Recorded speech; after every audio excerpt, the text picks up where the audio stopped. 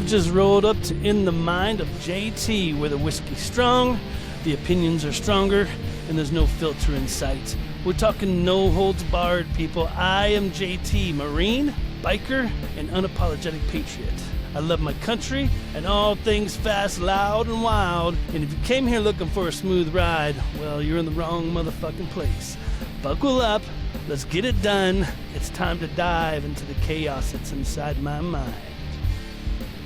So I want to welcome y'all back. I appreciate y'all always tuning in and checking out the podcast and seeing what I've got to say. If you've been rocking with me from the very beginning, well, I very much appreciate you guys. And to me, it's all about steady progress, right? Sometimes in life we'll take a few steps forward and then we'll stumble, and then it takes us back a little bit, and then you got to push forward again. And so that's kind of how my life has always been. So you just got to keep pushing. So that's kind of what I'm doing. I've gradually been trying to step up and elevate. So it wouldn't happen if I didn't have people listening in and tuning in to my dumb ass and seeing what's going on. So, I thank you very much for that. Today's episode is actually going to be a pretty good one, I think. We're bringing back someone that's been on the show before. That's a good buddy of mine. Has been a badass dude since I met him. A very solid individual. And he was actually on episode 12. And so with that being said, I'm just going to introduce my bro right now. Zig is back in the house. What's going on, Zig? Into his house. That's what's up, motherfucker. It's going to be back. We're not here. We just started drinking too. So, by the way. Yeah, don't get us started. Cheers to you, bro. Cheers to you, bro. Man. Yes. And appreciate you. You got a nice setup here, brother. It's going to be, it's always going to be in the studio. It is. It's a fun time. Yeah. After 6 years, and then it's like, not doing nothing. It's just like being back in. It's like, oh man, I'm back home. Yes. Well, for those of you who don't know and who haven't seen all the episodes, my buddy Zig wears a lot of hats. He's a business owner. He's had his own bike shop in San Bernardino for a very long time. Aside from that, he's a musician, and he's also a father, and he's got a couple kick-ass kids that have been around for a while. They're actually adults now, and then also he's had his own podcast before. So Zig very much knows what it takes to produce something like this. It's not easy. It's not. It takes a lot of work. Unfortunately, we had a crew. And so that's when you have a crew, it makes it just like when you're in the band and you have roadies, it makes things so much more fucking easy. When you're doing it by yourself, it's like, okay, well, shit, I got to set this whole kit up myself. Me, I got a big kit. So it's yes, like, do. No, fucking. And I said big kit, always big bring dick. So well, hey. God had humor when he made me. Well, hey, at least you can joke about it. Right? Yeah. That's always fun. As long as she smiles at the end, that's all right. Yes, that's very much so. So Zig, my bro, basically start from the beginning. What have you been up to lately? What are you up to these days? I said, you have your own bike shop out of San Bernardino. Give a quick rundown. Well, I've been in business for 19 years now. I opened up in 2007. I've been in the industry for 43 years. And there was a time where I was like, you know what? I need to do my own thing. But I had to learn everything. So it was like you had to learn the parts management, sales management, wrenching, everything. And once I became, confident in doing that, I just like you're doing right here. You jumped in with 2 feet, like, hey, I'm gonna do this. And it's scary for the first 3-4 years. Yeah. Because it's anxiety. You're like, okay, am I going to make this? And I came from LA, South LA, in the fucking hood. And then coming out here to the IE, it was where I had zero customers. It's like, okay, let me brand myself. Fortunately, I'm a social butterfly, and so just getting out to the bike and doing hustling, passing on my card. I went from, doing like 2 to 3 bikes a week to now my shop. I have to Make appointments. See, that's where it's at right there. Right? Yeah. So, like, you don't even need to really advertise anymore. You just, everything's word of mouth, existing customers, all that shit. I've seen it firsthand, so I know how you operate. It's nice. Yeah, absolutely. There's no advertisement, and the in my industry, people don't have passion. My breed is a dying breed.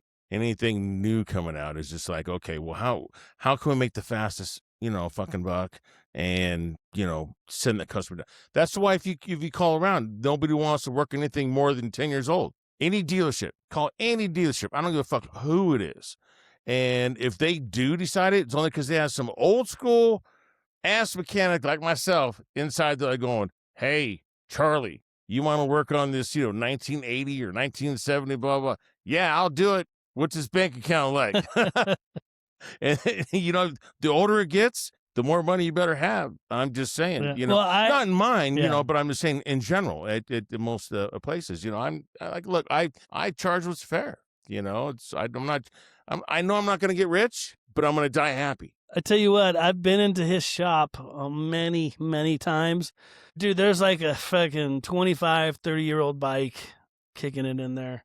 And I'm like, damn, dude, some of this shit you don't see anymore, bro. No. You don't see it. You don't see these days. So I'm like, how long have you been sitting on that? Well, it's been here a couple of weeks. I'm waiting on parts. And so, yeah, I can imagine some of the calls you get, bro. Yeah, it's few and far between because I just turned 59 in January. Oh, I started in the industry in 1983. So you got to figure like 70s bikes, 60s bikes. You figure 2026. You got people like, Millennium, 2000, GSXR 600. Nobody wants, it's 26 years old now. Nobody wants to work on it. I'm like, oh, to me, that's like a brand new bike, compared to something that I was working on 1976, 1970, 1963, But yeah, the old school ones like that are few and far between. And it's like, one, you have to have patience as far as the owner, and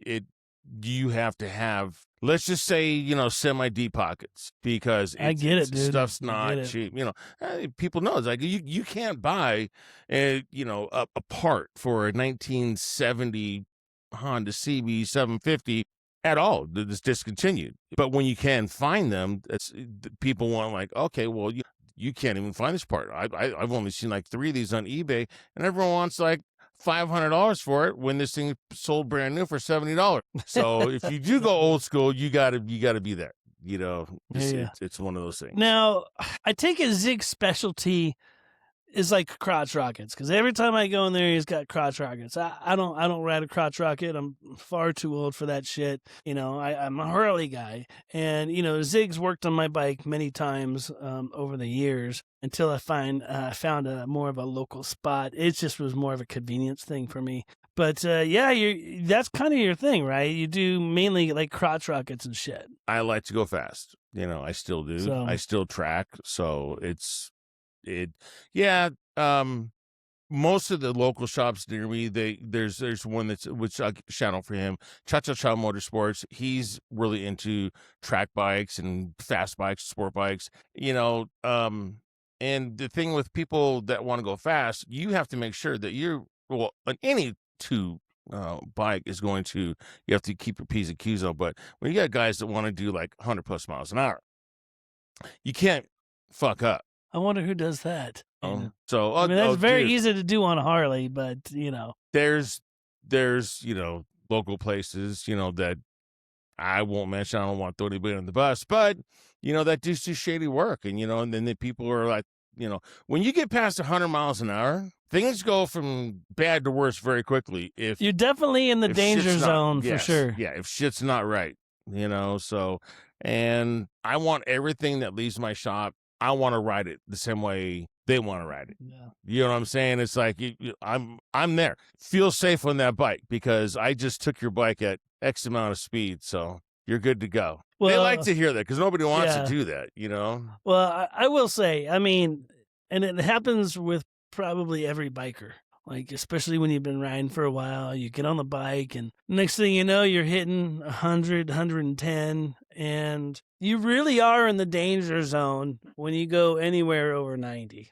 Well, you really are. It's like, it's almost like you're taking a risk. You know it's there. You know the risk is there, but you just can't help it because you're like in the moment.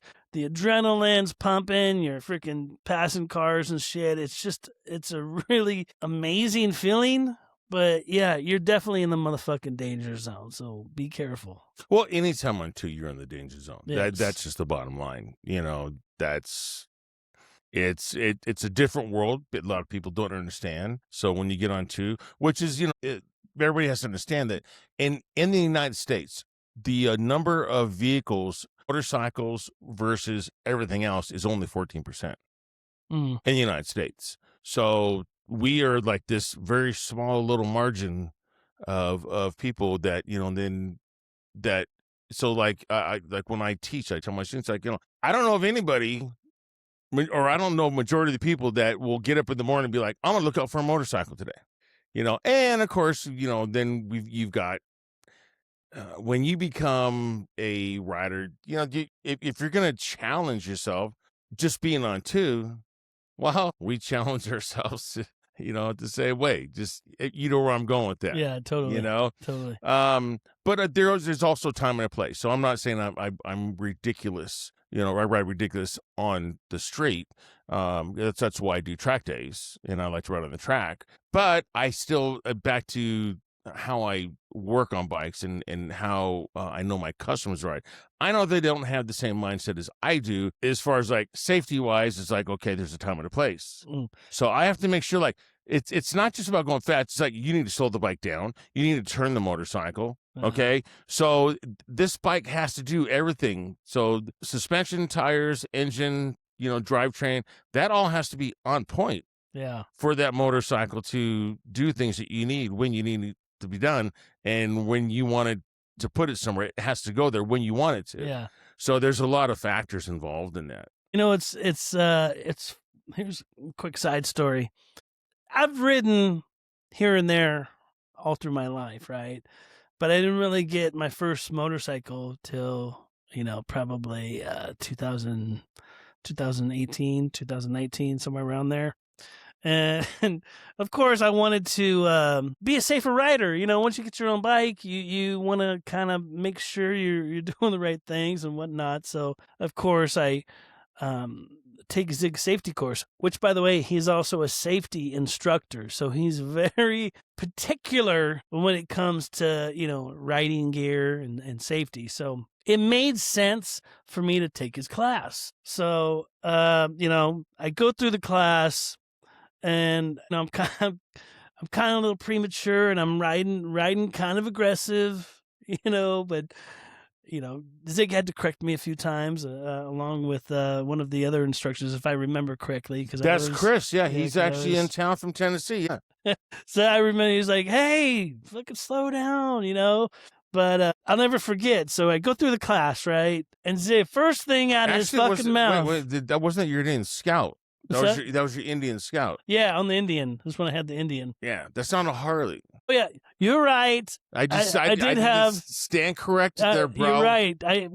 Maybe I should have backed it up a little bit further. Yeah. I guess, right? Okay, I showed up on my Indian Scout 60, and I don't have any safety gear. I didn't wear any gear. I was like, just get on it. I pull up, and Zig's like, "Nice safety gear, bruh," and he's all like. He got his, neon greens on, ready to, ride. I'm like, hey, dude, it's just not my thing. I don't really wear a lot of safety gear. I just, I figure if it's my time, it's my time, and that's it. So, but yeah, Zig, he'll occasionally be like, dude, you're not wearing safety gear. What's the fuck? What the fuck? And every time Zig gets on the bike, he's always wearing safety gear. Always body armor, yep. What have you. You got to, good boots. I've got it all. I've been down at 100 plus, not on the street, on the track. But when you go down I turn 8 was my fastest fall. I went down 145, and I think you told me about that. I think you oh told me about yeah, that. You said you were hurting, dude. yeah, and but I was hurt. I mean, because you get jolted and you get impacts and what have you. Yeah. But I'm telling you, when you're sliding for and you feel like you're never gonna stop. Thank God for leathers and knee pucks and body armor and shit like that, because I was getting beat the fuck up until I finally came to a stop. And then you lay there going, okay, no, I'm fucked up right now. Let me just lay here for a second. Let me move some fingers, move some toes. Yeah. I can move my fingers. Okay, now move my feet, move my arms. It's a slow process. Of course, at this point now, you got corner workers running to you. Just lay down. And I had one guy was trying to reach for my helmet. Dude, you touch my helmet, bro. Take the helmet off, bro. I'm gonna fucking grab your nutsack because my hand still moves. That's like the last thing you do is take off your helmet in a fucking accident. Absolutely do not. That's up to the first responders. Fortunately, helmets now have a release mechanism. It depends on the brand. I have Scorpion, so they have a release mechanism where you can take it off without damaging. But so I would hate to go down on the street, end up under a car or off a cliff, and not have good gear. I'm just saying. I've seen a lot of things happen in my many years. I got my M1 when I was 15, 1982, and I've seen a lot. Long time, dude. A lot of bad things. I've watched things happen in front of me that are that you don't talk about. Yeah. Just like military, like you're military. You don't. There's just some things that you don't talk about. Yeah. You don't want to tell it to people, and it's bad. So that's why my thing is gear. Please wear good gear. I just but you can bring a horse to water. You can't make a drink. But I can guarantee I can take Jay to a bar and he'll drink. Yeah, you're right about that, bro. You're right about that. Well, because we've all been down. I've been down before. I have gone down once. And I'll never forget it. I'm still relatively new. It was actually, so I had the Indian, and then I upgraded to Harley Street Glide. And I'll never forget it because I was prospecting for some club I will not mention. And I was coming around this turn in Wretched Canyon. And I remember I wasn't going fast. I was, I think I was going somewhere between 25, 30 miles an hour, and I was coming around this turn. And I don't know what happened because it happened so fast, too. But I hit some rock, some gravel, and it kind of led me into the oncoming lane, which fortunately, a car wasn't coming. But as I did that, it led me into the lane. And I was kind of turning my handlebars, and then I hit the embankment, and it kind of flipped over. But I'll never forget, bro, because when I actually hit the ground, I fell. It's almost like the bike slid out from under me, and I was like this. I was I felt myself like this because I literally landed hands first like this, and then my head. The side of the head hit the pavement, and I was wearing full face at that time. But it's really weird because that morning when I got up, I was debating, well, should I wear my open face? I don't know if it's warm now, but it might be kind of cold later. And so I put the fucking closed helmet on. And Thank sure God. enough, dude, if I was wearing the full face and I hit the cement like that, my whole left side of face would be scarred. It'd be fucked up. I have no doubt about it. So when it comes to safety, I will always wear the helmet, full face helmet. I don't care if it's 115 degrees outside. I'll still wear it. When I roll to Arizona or places that you can wear ride your bike without a helmet. No helmet. I will always wear a helmet. I don't give a fuck, dude, because that really scared me. And I did get fucked up. I tore all the ligaments in my shoulder. My hands were fucked up. I had a little bit of a road rash. But, that was a scary moment. So I really take I really take it serious when I'm on the bike. Yeah, I do get a little crazy sometimes. I ride aggressive, I ride fast, I cut lanes, but at the end of the day, I always remember that moment, dude. So I'm very watchful. As long as you learn from it. Like, I was just at my buddy Bob's house this past Saturday, and he had gotten into a motorcycle accident. He had a Paisa turned and left in front of him and took him Fuck. out, you know. So Did he fly over the car? If he no, was turning left. he got pinned and it's fortunately, like, his bike didn't get really all that bad. He did have a compound fracture just below his Ooh. knee. And Nasty. but yeah, so that was September. He's still not back at work, but he's getting ready to go back at work, you know. But he's walking on it finally now. It's been some like therapy. Yeah, we got his bike. We got his bike's been just like, you know, like it's all bent up. So this Saturday, we went over there and we took all the new pieces and put them on, and now it's all together. I'll show you the picture when we take a break. Nice. And it's just like, yeah. And because he was at this point where he's like, you know what, I don't think I'm going to ride again. That was a God, you know, look, I might be coming home moment. Yeah. You know, to him. And after it happened, he was dead set. Nah, you know what, dude? He was telling me, he was just, you know, and very emotional about it, saying, "Hey, look, bro, I think I'm done." And I'm like, well, you know, let's just you heal up.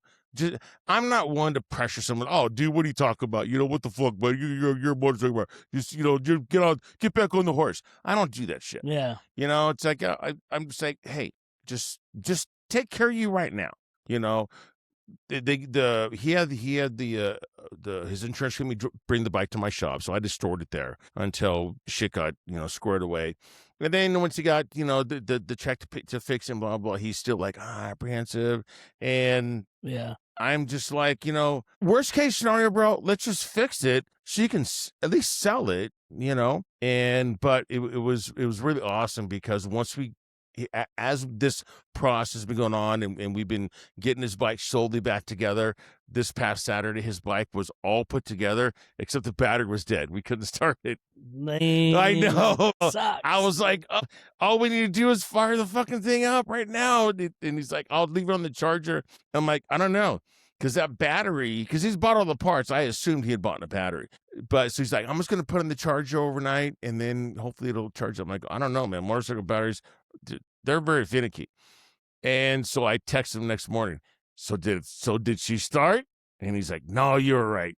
I was so excited because once I show you the pictures, you'll see. And it's just like, yeah, his bike looked like, it was like, oh shit, that's just a heaping pile of shit, you know. And now it's back to where it was, you know. And so yeah, I'm excited at that mental things. Like I just want to write it. I still haven't figured out if I'm going to delve back into too, but let me just write it. And I looked at him. I'm like, oh, Bobo, you went from being like, look, I'm not going to ride again, to now it's like, well, now that it's together, let me just ride her for a couple miles and see what happens. I looked at him. I was like, Bobo, welcome back. That's nice, dude. And he hasn't ridden it yet. Nice. And I know it's what's going to happen. I put on thousands of miles with my brother, and I get it when you're really hurt, you know, your brain goes into this mode of like, oh, I don't want this to happen again. It could have been worse, you know. It's I've crashed, you know, on like, it's like, okay, this happens. Was it my fault? No, it wasn't my fault. Am I still here? Yes, I am. Did God bless me to, like, you know, still be able to break bread with my brother, have a drink with my friend, or whatever? Yes. So guess what? There's another chance. Yeah. You know, and once two is in you, it's gonna take a lot, bro. I mean, I could lose a limb. And I'll tell you what, I'll ride a fucking trike.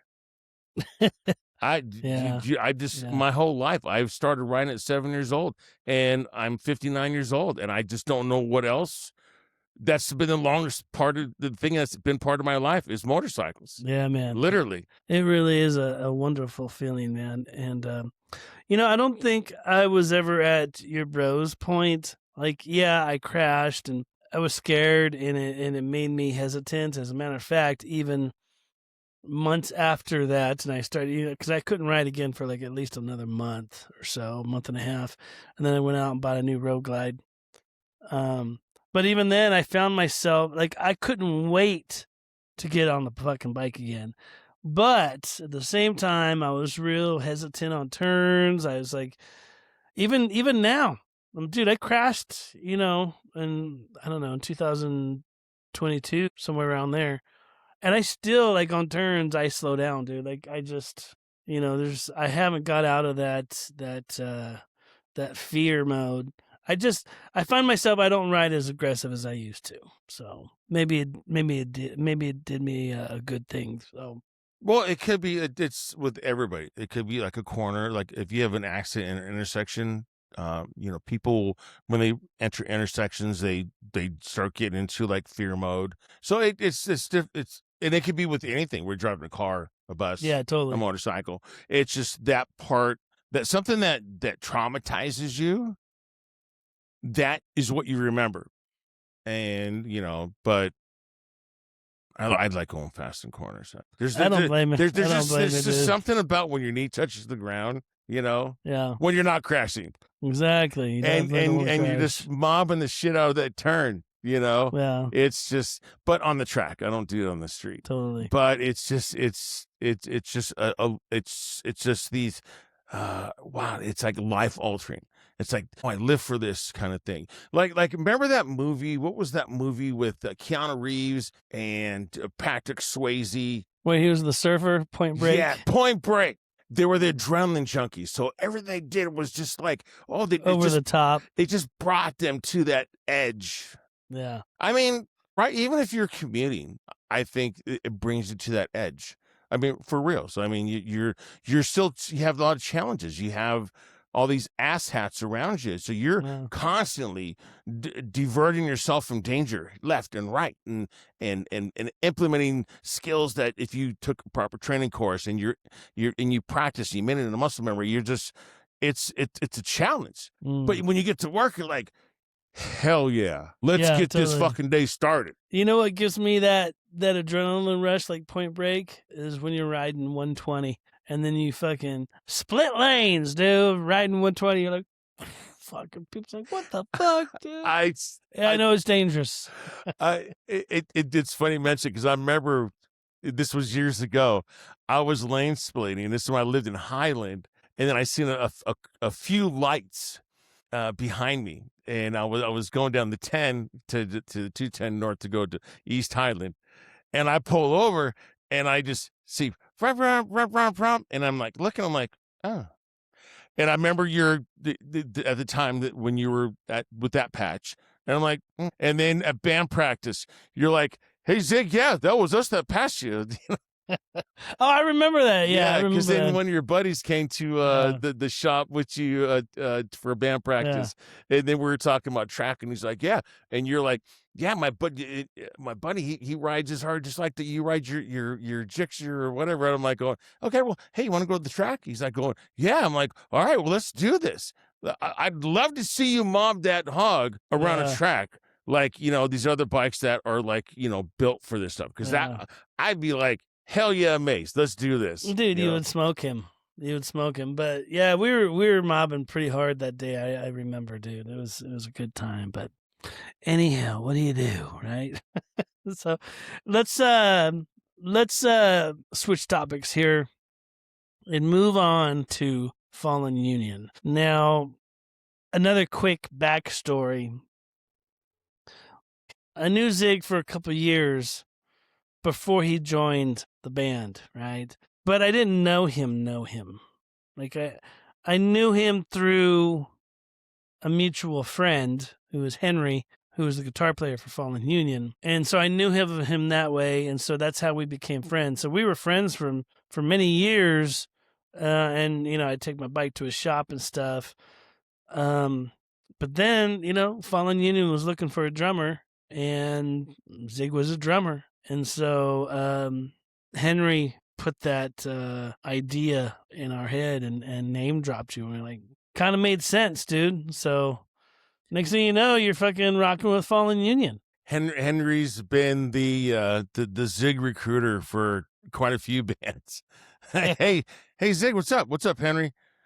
No, who you playing with right now? You need a drummer, don't you? Yes, I do. All right, you got one. Yeah. It's always been that easy. And I know that I remember that you guys were, because when I had my show, we had you on the show, and you're like, the hey, singers clinic. Yeah, you had a singers clinic. Like, we're looking for a drummer because PJ he was moving out of state, and it's like, all right, then we kind of talked afterward. Let's talk, and then I bought when I went to your shop, went to where you were down the street where you work. I bought the trailer, and we're like, hey, and I'm like, well, we've got like 3 or 4 guys that are going to audition. I forgot you bought that trailer for me, dude. That actually that day, that's when you and I actually really started becoming friends. Yeah, started chatting. Yeah. We started hanging out more after that. Yeah, and you're like, yeah, and I was, you were like, yeah, well, Henry speaks very highly of you, and I know you've jammed in a couple of bands with him, so let's just go ahead and just put you in the. I'll tell you what, just go ahead, do these auditions, and I don't want to cut anybody's, head off, let's just go ahead, you do the auditions, let me know when you're done with them, and then we'll schedule me in. And so you guys did the auditions, and you gave them like 2 or 3 songs, right? And then Jules came by my shop, handed me a CD of like 8 tunes, and said, okay, well, just practice these. And when you guys came to the shop, I hadn't even had a chance to practice. I was putting in my CD player in my truck. I'm cranking the shit out of them. I think I maybe put in my headphones a couple times and maybe played on my kit for like 10, 15 minutes. But when we did the audition, I played all 8 songs and only made like maybe 3 or 4 mistakes throughout, just like maybe a timing change or some kind of little fill. And you're like, holy shit. So how long have you been practicing? Well, I haven't. I've been listening to the CD. Well, for the record, Zig, you made a lot more than 2 mistakes. But that's irrelevant, dude, because it wasn't about... I mean, yeah, we wanted a drummer that was going to be able to play the songs that were already created with our previous guy, but to also have somebody in there that we could like relate with and be friends with, like be buddies and get along with, because that was the main thing.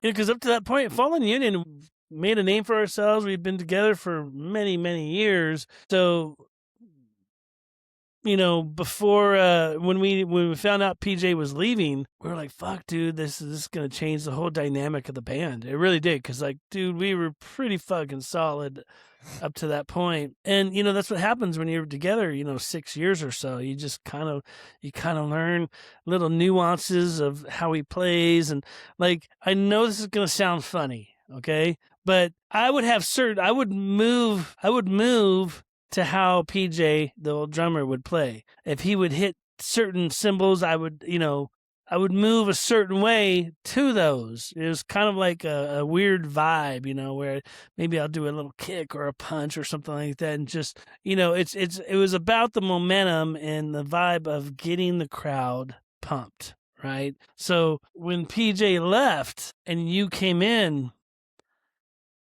like I couldn't do those movements anymore. Like it was like starting over again, and I had to learn how you played. And you played a lot of double bass. You like to use your double kick a lot. And PJ had a lot of little nuances that he would do on cymbals that you weren't doing. Not that it was bad what you were doing. You were just doing something different. And so I had to get used to how you were playing. And so it kind of worked out. I mean, you ended up being on Fallen Union for what, 3 years or something 3 like years, that? yeah. It was a good ride, man. We had a hell of a ride, didn't we? It was a lot of fun. Yeah, and because I used a little bit more odd time signature. Yeah. Than PJ did. That was more straightforward. But like there was a couple songs where I just said, you know what, I'm not going to change this. I mean, what he's got right here, Yeah. I can't make it me, and I can't make it any better. Yeah. So that was you know, a couple of things. But you know, I listened to, like, Henry I would play with in several. I know how Henry played. I know his change ups and things like that. But it was Jules and there was a few accents that he did. And when I listened to your guys' material before I joined, I'm like, that's what I rolled on. And I rolled because, like, if PJ's going an accent on a downstroke, I might do it on an upstroke. And so that's how I perceived the song, and where those punches should be. And that's where it changed. So but it did change playing with Jules, which I'm a bass player guy, you know, drummer, and it changed some of the style. I you know, kind of got more. I added, it came more jazzy bluesish, I should say, than more the straight, really harder metal stuff that with Visions, when Henry and I were in Visions before he left, before Visions broke up, then he went with Fallen Union. But you guys were already a project thing with Fallen Union when he was still in Visions, and I think we played M15 with Lita Ford, and that's when I remember that. I remember the show. I went to that show. Yeah, supported you guys. Yeah, that was a good show. That was a great show. Lita Ford can drink some fucking tequila. Bro. Yeah, God she's a damn, badass. bro. She's still sexy as fuck, bro. She's like, hell yeah. She's like 70, bro. Something like that, dude. I was loading up my kit, you know, and she came. Her and the guitar player were coming out, and she's like, "Well, hey, you know, that was a great set, blah blah. Hey, thanks, you know." And well, we got to starts chatting, and she said, "Hey, we want some tequila?" I'm like, well, fuck yeah. So we went inside her tour bus, you know. I started taking a couple shots, you know, and she's just, I'm like, God damn. I mean, if I have a couple more of these, bro, I'm gonna go sleep in my truck. You know?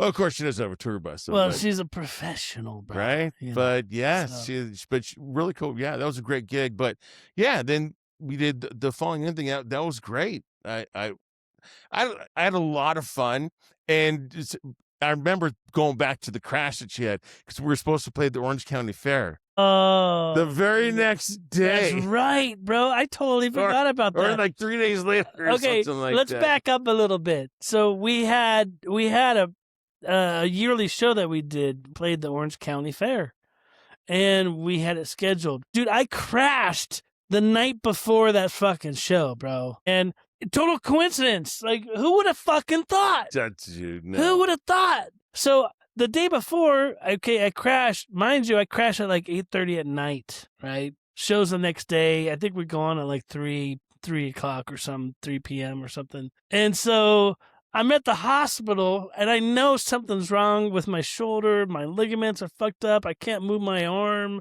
I got road rash. My hands are fucked up. I'm just beat the fuck up, dude. And so I immediately notify the guys. I'm like, dude, I got into an accident, man. I don't know what tomorrow's going to hold. And so I was at the hospital for a couple hours. I get home and but the next day, I feel like I got hit by a fucking freight train, dude. Like, there was absolutely no way I was going to be able to do this show. There was no fucking way. And so I had to make the call. And I called the bros and I told them, dude, I can't do the show. They were pissed. You guys were all pissed because it was like, how could you be so irresponsible? But I wasn't irresponsible. I didn't even drink. And when I went down, I wasn't even drinking. I was going to a place to drink, but I hadn't drank yet. Okay, so, but yeah, that fucking sucked, dude. That really sucked. I'm not going to say that we were pissed. I think it was more of a disappointment, just because we're being cautious. The Orange County Fairground show, that's a big deal. Yeah. I've never played it. That was my first time. Yeah. And you guys already played it, and it was outstanding. But I think it was more like, okay, well, dude, are you okay? Because I remember Henry calling me, well, Yeah. Henry's calling Jules is calling Henry, and calling me, and then I'm like, I says, guy, he's probably gonna be okay. Like, no, when he wakes up, he's gonna be fucking feeling horrible. Yeah, dude. And I just, let's just, and then Henry's like, well, I could just sing. I'm like, try not to wake up a dead horse. I think we just need to call it at that. But we did it the next year, though. Yeah. And we had a great show. Yeah, we did. Well, and I felt like that next year, I really redeemed yourself. I feel like it did. Because, vocally I sounded pretty good that day, even though it was fucking crazy hot. Oh, God. Dude, Georgia, you know what? heat. Yeah, I felt like I really let you guys down, dude. And it was an unforeseen thing. Okay, I crashed. Like, can't help it. It just happened. So to make that call to you guys, I was like, fuck, man. Like, I let them down, dude. So, but what do you do? What do you fucking do? Man? Shit happens. I've always lived my life feeling that shit happens for a reason. Okay, something could have been. Let's just look at it this way: we could have been one of us could have been in our car heading to the fairground and got into an accident and totally. died. You know what I'm saying? So it's like I don't question fate. Yeah, shit happens for a reason. Shit happens for a reason. People, I think, be like, oh, Zig, that's just fucking bullshit. That's cool. But that's just what I believe, and it makes me happy. It makes me comfortable through life. And I know that I had one time I was supposed to go to the track, and it was a very competitive weekend. Like there was like me and some other crews were just talking shit, and we were like, okay, yeah, and it was gonna be at Big Willow. And Big Willow is the fastest track on at the West. This is 9 turns, and there's only 3 turns that you are not doing over 100 miles an hour. Okay, and so it was this weekend, and shit was just going on in my life that with family that I couldn't do it. And when I did the track, like the following, like a few weeks later, I was at Streets of Willow.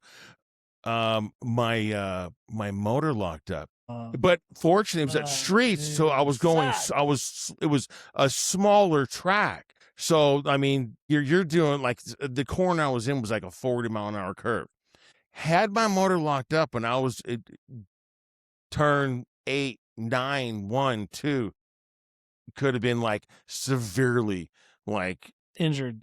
So I that's why I look at it. I'm like, shit happened. So back to your deal. It happened. We can laugh about it now. Yeah, totally.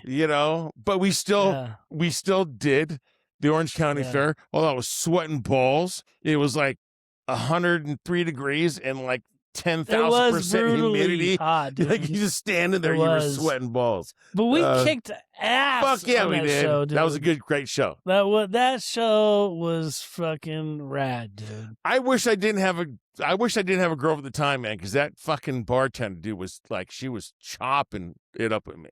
Well, hold on a second. Since you brought up the girl thing, you weren't with the chick who recently fucked around. Yeah, right? No, I was with Otsko. That was yeah, that's right. That's right, dude.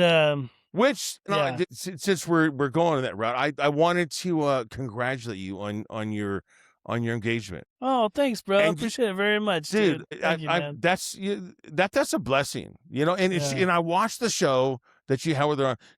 I can't wait to meet her. I was looking forward to meeting her today. I thought she was going to be here. She's not fully moved in yet, bro. We're still kind of navigating some issues. Like, she's got to sell the house, and she's got her mom recently passed, so now she's got to sell her house. So we're still navigating through that. But you could see my house is empty right now. We're kind of ready for her to get in. But dude, she's a badass chick. It's taken me, 52 years to find her, bro. You could tell just when you guys were talking that you were and about the whole process was this is the girl, because when you came to band practice at our recent thing. We're not going to go into that one, but we're at Bamber, and you were Well, hold telling on. me What are you talking about? Recent thing? What, that our recent endeavor as talk far as about- a band. Oh, gotcha. That's what I'm saying, Gotcha. because it was me, you, and Marty. And Yeah. you were talking about, hey, I got a ring, blah blah. I'm like, holy shit, bro! I remember that. Dude, I remember that. You know, and it's like, guys at RE, it's like that's a rarity. And I'm like, dude, that's awesome. And what the trip was is that you said, I'm gonna propose to her on Christmas. Yeah. Okay, so get this. Okay, so now mind you, the person that I was going to do the same thing with, Yeah. that decided that other men's beds were more. We could talk about that if you want, bro. Okay. Honestly, we're unapologetic patriots, bro. We talk about whatever the fuck we want, dude. You know how close this was? You and I were both going to be engaged at the same time. So I didn't know that. Yes. So I had already bought $5,000. No I spent shit. 5 G's on a fucking ring, and I was gonna propose to her on her birthday, which was December 15th. Wow. Yeah. So see, that proposal would have went through, and then what? 15 days later or 10 days later, right? What's 25th? Yep. 10 days later. Yeah, would have been. Oh, dude, yeah, we're engaged, bro. You and I would have had to have like a steak dinner, celebrate. Oh, fuck yeah, that would have been rad, dude. But fortunately, yeah, I bought that ring, bro, and I July, okay, and I everything, and we have, with any relationship, things, I think things are a little rough, but you go through rough patches. So I'm like, I'm moving forward. We're having a little rough patch. That's okay, Bought the ring, had it. It was a rock. Yeah. Look at that motherfucker. I would look at that thing every night going like, oh my God, am I going to do this? This was my 3rd time, bro. That's right. Because you have been married. Yes, twice before, right? See, I've never been married, so this was my first time. Oh, So I'm doing it. You know what? I know, and God's gonna bless you. This is it. That's why you waited this long, bro. I guarantee you that we're gonna be fucking old as fuck, sitting there on the front fucking porch, half our teeth missing, and you're still gonna be fucking married, bro. I think so, man. I think I done good with this one, bro. I know, so I can tell just by the way you guys communicate, why you look at each other. But then things started like getting a little rough. Then I started like, I don't think I'm the only person in this picture. And I kind of like was keeping it to myself. Then there was other things that happened. Now we've talked about this before. That real quick, Zig and I, we've already kind of discussed this past relationship he had and kind of what went down. But for our viewers, we're gonna backtrack. I wanna fill in the blanks, because he was totally 100% in with this chick, and then at some point, and tell me when, you started not necessarily questioning, but noticing things. Yeah, it just started getting weird, like the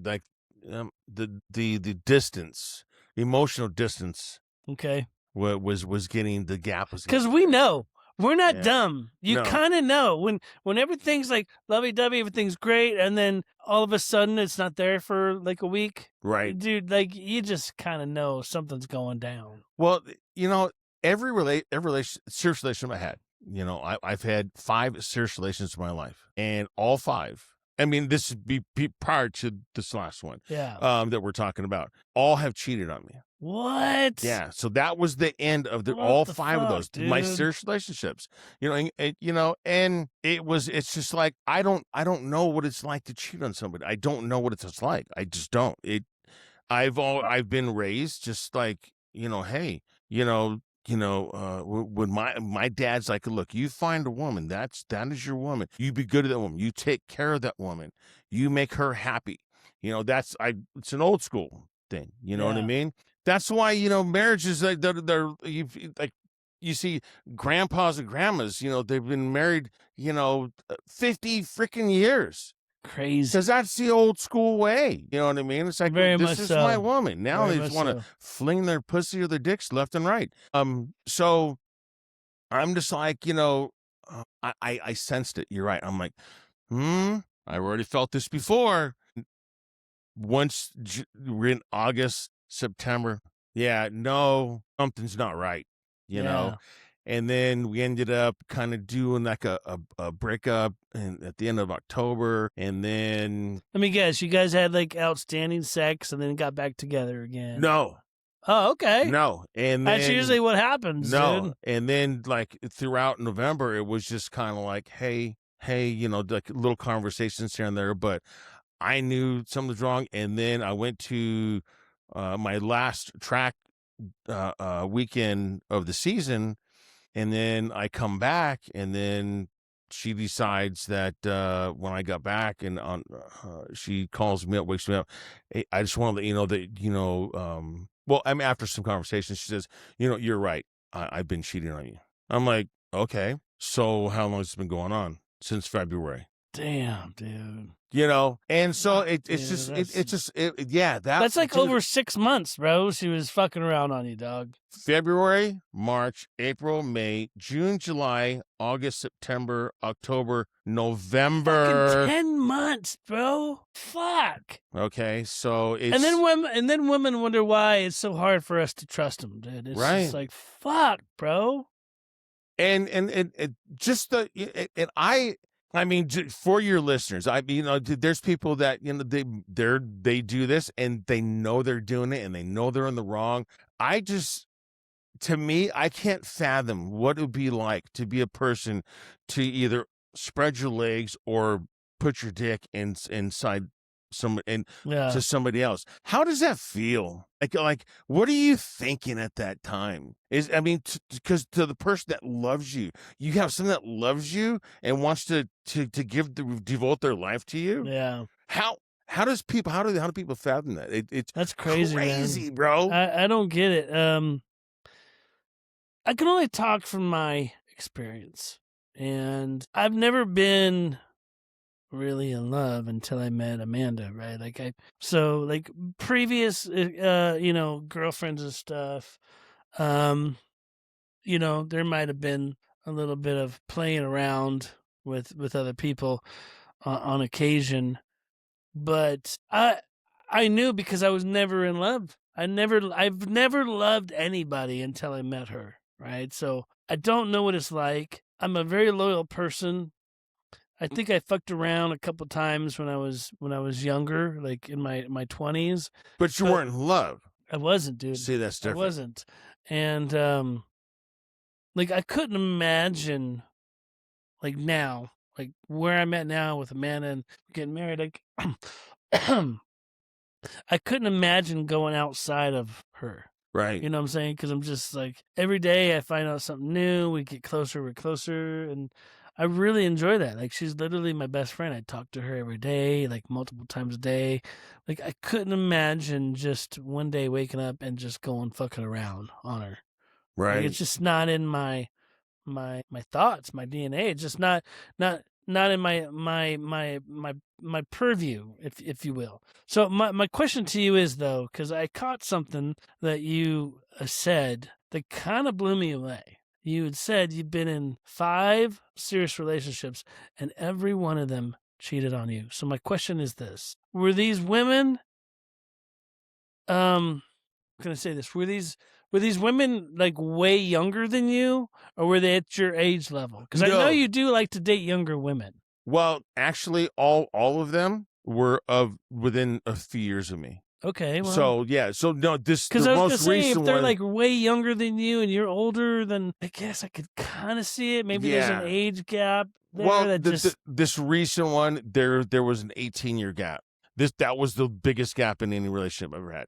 And even before I got in the relationship, I was even 18 years is pretty fucking big age difference, right, bro. But we were friends. We would hang out. We'd go riding. We would go. We would go to lunch and nothing. You know, it was like, you know. But she would be like, you know, she pursued me, and then when it got closer to that point, I'm like going, yeah, but I mean, there's an 18-year gap. I mean, I don't know. Well, what does age matter? So, but when once we started dating, we started like looking up people like on the internet, or we would notice people. We'd be at Target. We'd see like an older gentleman and younger woman, or vice versa. And like, you know, and they'd be You're like, like, oh, that's yeah. us right there. That's Right. us right there. And it's amazing what like when you buy a car, you don't notice that fucking car. All of a sudden you buy one, like, oh, there's one there. There's Yeah. you know, you see them all over the Kind of place. like a bike, bro. Right. And so it was a trip, and I was really excited, you know, but yeah, yeah. Me personally, I don't see anything happening from here on out. Me with anybody else, I don't see it. I could be wrong, you know, but You're wrong. You'll find somebody. I'm enjoying the single life again. But I mean, I figure before with her, I had 5 years of just bliss. It was me, my business, my kids, you know, my rides, my racing. It was all about me. Yeah. You know, I didn't, because when you get in a relationship, then you have like days where there's bad days. There's, once in a while, you know, you might, and then it's like, I didn't have those. I didn't have to argue with someone, over something. And then, 3 months, it was great, and then all of a sudden, I didn't have those kind of days. It was just, yeah. You know what? I can honestly say with Amanda, we've never had any bad days. Like like you were mentioning, rough times. Like you were having some rough times. We haven't really had those issues. Now, mind you, yeah, we haven't been together for years and years. But I think when you just find someone that you just gel with, we're both older. She just turned 49. I'm 52. Kind of in the same place. Perfect. Yeah, dude, we're kind of in the same headspace right now, dude. But both of you have always been through a whole bunch of bullshit.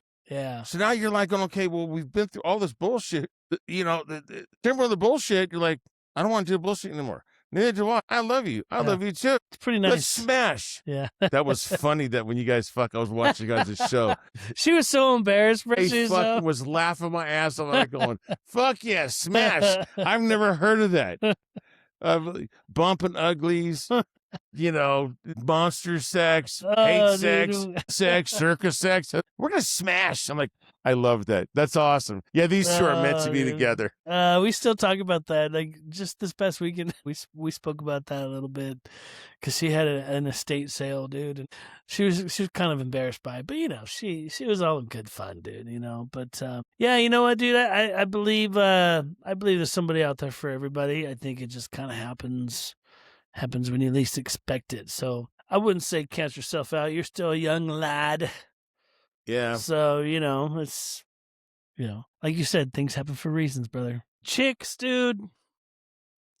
There's I'm sure you're not done yet. There's going to be something that comes across your path. I think one of the main things was, and I didn't catch this early on when I was younger, it's very important to find a woman who you have some of the same likes. One of the things about Amanda is she's got her own Harley, bro.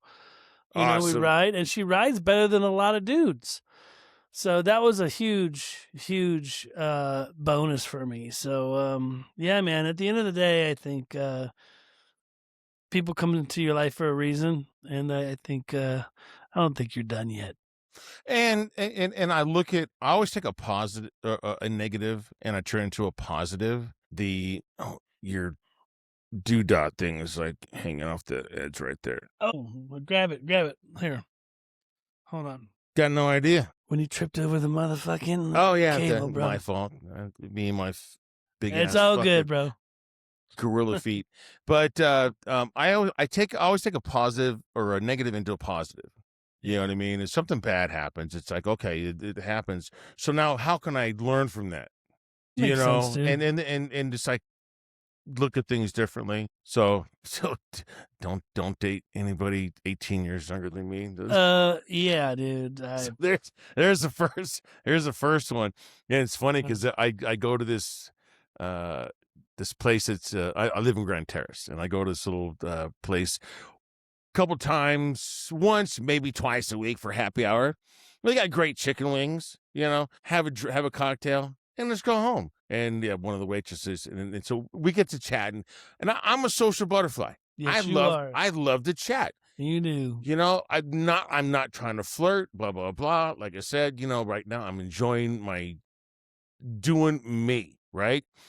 But she's been a little flirtatious, and then that's I'm her like, job, right? true, I get that, but no, this is like, out. You can tell, you know what I mean? Okay. And I'm just like, so how old are you? She's like, well, I'm 41. I'm like, oh. She goes, why? I'm like, oh, I'm just kind of curious, because she also rides, and she's been like, going, hey, let's go for a Okay. ride and blah blah. She rides. Does she have her own bike? She rides a Harley. Oh, Yeah, okay. she See, that's awesome. She's got a sporty, a low. Gotcha. And so she's like, hey, and she's always like, hey, let's go for a ride, blah blah. That's how the last one started. You know what I mean? I'm like, but that I'm not. This gap is not going to happen anymore. I just and I get it, because when this is how before I started dating with the last one, I was like, hey, look, it's about the age difference. I says, okay, so when you were 20 or when you were 18 and then you turned 20, did you think differently? Because my thing was like, this is 18 years. We are totally different people. I'm set in my ways. Big blah, blah. difference. Big difference. And I said, okay, bro. so when you were 18, you're 20, did you think different? She goes, yeah. When you turned 23, did you think different? He goes, yeah. I'm like, okay. So now think about that. You're going through 3-year intervals, and every 3 years you think differently. 18 years. Think about how I think and about you think. You know what I mean? Mhm. So that's my process now. Oh, learned, take a negative to a positive. Negative, yeah, don't date someone that much. True. And then and then of course the other things, but it is, you go through life. If that does happen, I'm cool with that, but I'm not looking for it, because I keep myself. I'm a very busy person, running a shop. I still want to do the band thing. Yeah. I've been hit up by a few, but I'm still thinking about what we have. Well, we're we're gonna go there in a minute. Yes, we'll go there in a minute. And I still do my track days. I'm still a motorcycle safety instructor. I still like to make sure I have time for my buddies. Like my close friends that ride, and we ride, and just so I have very limited time. To once I got into this last relationship, or with any relationship, doesn't matter. Everything else gets scrunched into a smaller, space, so you can leave more room for that person that you're going to be in a relationship with. Yeah, because at the end of the day, and guys are notorious for this. If we like somebody, like really like somebody, we're gonna make time for them. No matter how busy your life is, no matter what crew you're hanging with, or how much work you got going on your plate, you're gonna make time for them. Yeah. So I get it, dude. Men have gotten I think over time. I think that men have gotten the bad rap of like being, they're the ones like, flinging their, dick over the place. Actually, no, men are the ones that, and after a relationship, I do research, but after this last one, now that we have the internet, we have YouTube and what have you, we have a bunch of resources, and I found out that like so many guys that have put so much effort, because once they're like, I love this woman, man, it's amazing. I'm not saying all women are pieces of shit, but the percentage of women, once they see that the man is so dedicated, they have other little ventures here and there. Yeah. It's amazing that how you know what, works, dude? bro. I think it's the time we live in, bro. And bro, I tell you what, and obviously social media, I've said this before, I'll say it again. Social media has been a big reason why our society is on the decline. And where I'm going with this is, I can't tell you, dude, I'll scroll through TikTok, I'll scroll through Instagram, even Facebook, and yeah, you'll come across plenty of beautiful women, beautiful girls, but they're selling their fucking ass. Yeah. Like, they're either, doing some dance half naked, or they're seducing the camera and using their tongue and making all these gestures. And there's this new thing now on TikTok that I've been seeing a lot. and it's always like a handful of the same hot chicks. So they'll talk about, when I see a guy and I'm doing doggy, I'll do this, and they legit will intentionally go out of the way to talk about how amazing it is to do a certain like style, like position. It feels so good. And it's like, dude, why are all these women doing it? It's almost like they're prostitutes, bro, because you're literally selling your body on Instagram and all these platforms to get views, and then of course, some of these people are making money, Millions. Dude, it's such a fucking turnoff. Like to me, that's not attractive. Like, yeah, this chick could be a 10. She could be sitting there dancing half naked, obviously beautiful girl, but the intent of why she's doing it and showing it to everybody is an absolute turn off to me. Like, she may be a 10, but how she's going about it makes her a 1. Right. Because I'm like, dude, I would never in a million years get involved with this person because she's so blatantly out there selling herself for fucking views, and it's such a turn off. So it's ridiculous, dude. And I think that a lot of men don't. It's nice to have when you see like that chick. Oh, she's a 15. You know what I mean? Okay, yeah, but I like what is a normal woman, a woman who's she that loves kids. She's had a couple kids. She's got stretch marks. Her ass is not this perfect sculpted, peach. It's like I accept a woman with flaws.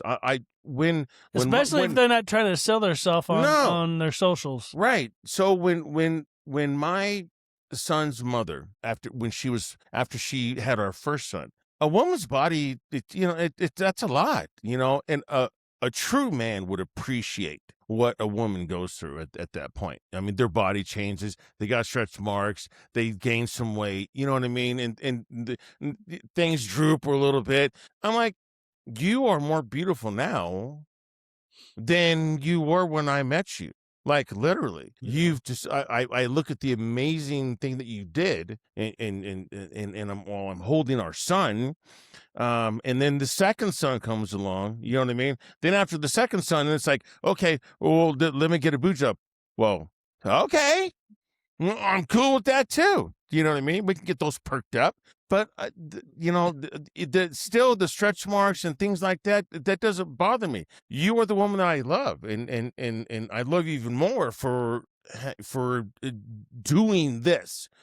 Yeah. God, we don't have to go not to go into the men can't get pregnant thing, but that's a whole nother show. We're gonna do it. That's another day. But anyways, for a woman to have to go through that whole process, that is so attractive to me. I don't need to me a perfectly sculpted woman with everything is in the right place.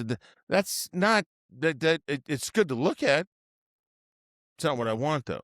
I want a real woman. I want a woman that can sit there and like, walk on a kid. Hey, you want an omelet? Sure. You know what I mean? Cook them an omelet in her fucking underwear and a bra or her pajamas or whatever. Yeah. Hair messed up. Totally. No makeup. That's the woman. That's my woman. You know what I mean? She doesn't have to be so like sculpted and like that. Like that's the thing with society and TikTok and Facebook. They make these when I watched this one. It was fucking crazy. Someone sent me a video of this chick. She was like they said rah, rah, and she's all talking shit, right? And then it's the same chick, and you can tell it's the same chick. By her tattoos, and they put teeth in her, did her all up, makeup, and it's like, what the hell? Yeah, but a ton of makeup had to freaking be added on, and that's another thing I absolutely hate, like a bunch of makeup on women. That's pointless, bro. It's absolutely ridiculous, dude, and that just goes to show. that all these, beautiful women who are doing all this stuff, it's like absolutely unnecessary. They're doing it for the wrong reasons. Like, I would rather watch, I don't need to watch some hot chick dancing. Okay, great. You got a great body. You're beautiful. So what? No one gives a fuck. But you know what? You know who gives a fuck? All the little simps, dude. They're like, oh my God, I'll bone you if I can.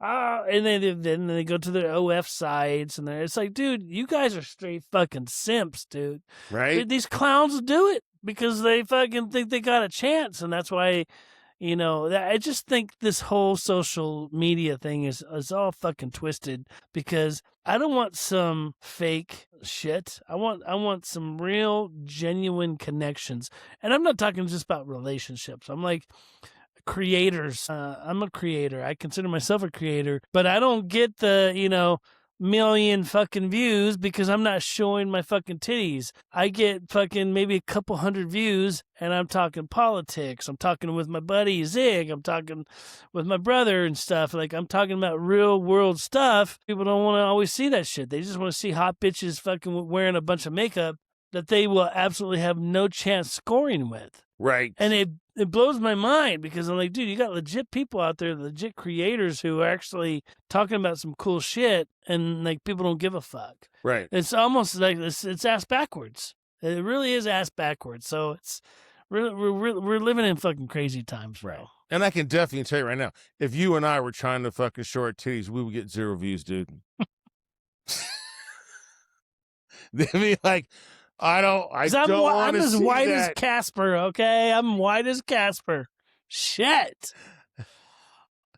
Anyhow. Yeah, man boobs. Yeah, you don't want to see those. No, I don't have man boobs. But I'm not fucking some skinny guy either. But then at the same time, look at the woman's perspective, that a lot of women, they, like, you got these chiseled firefighters and, military guys are all.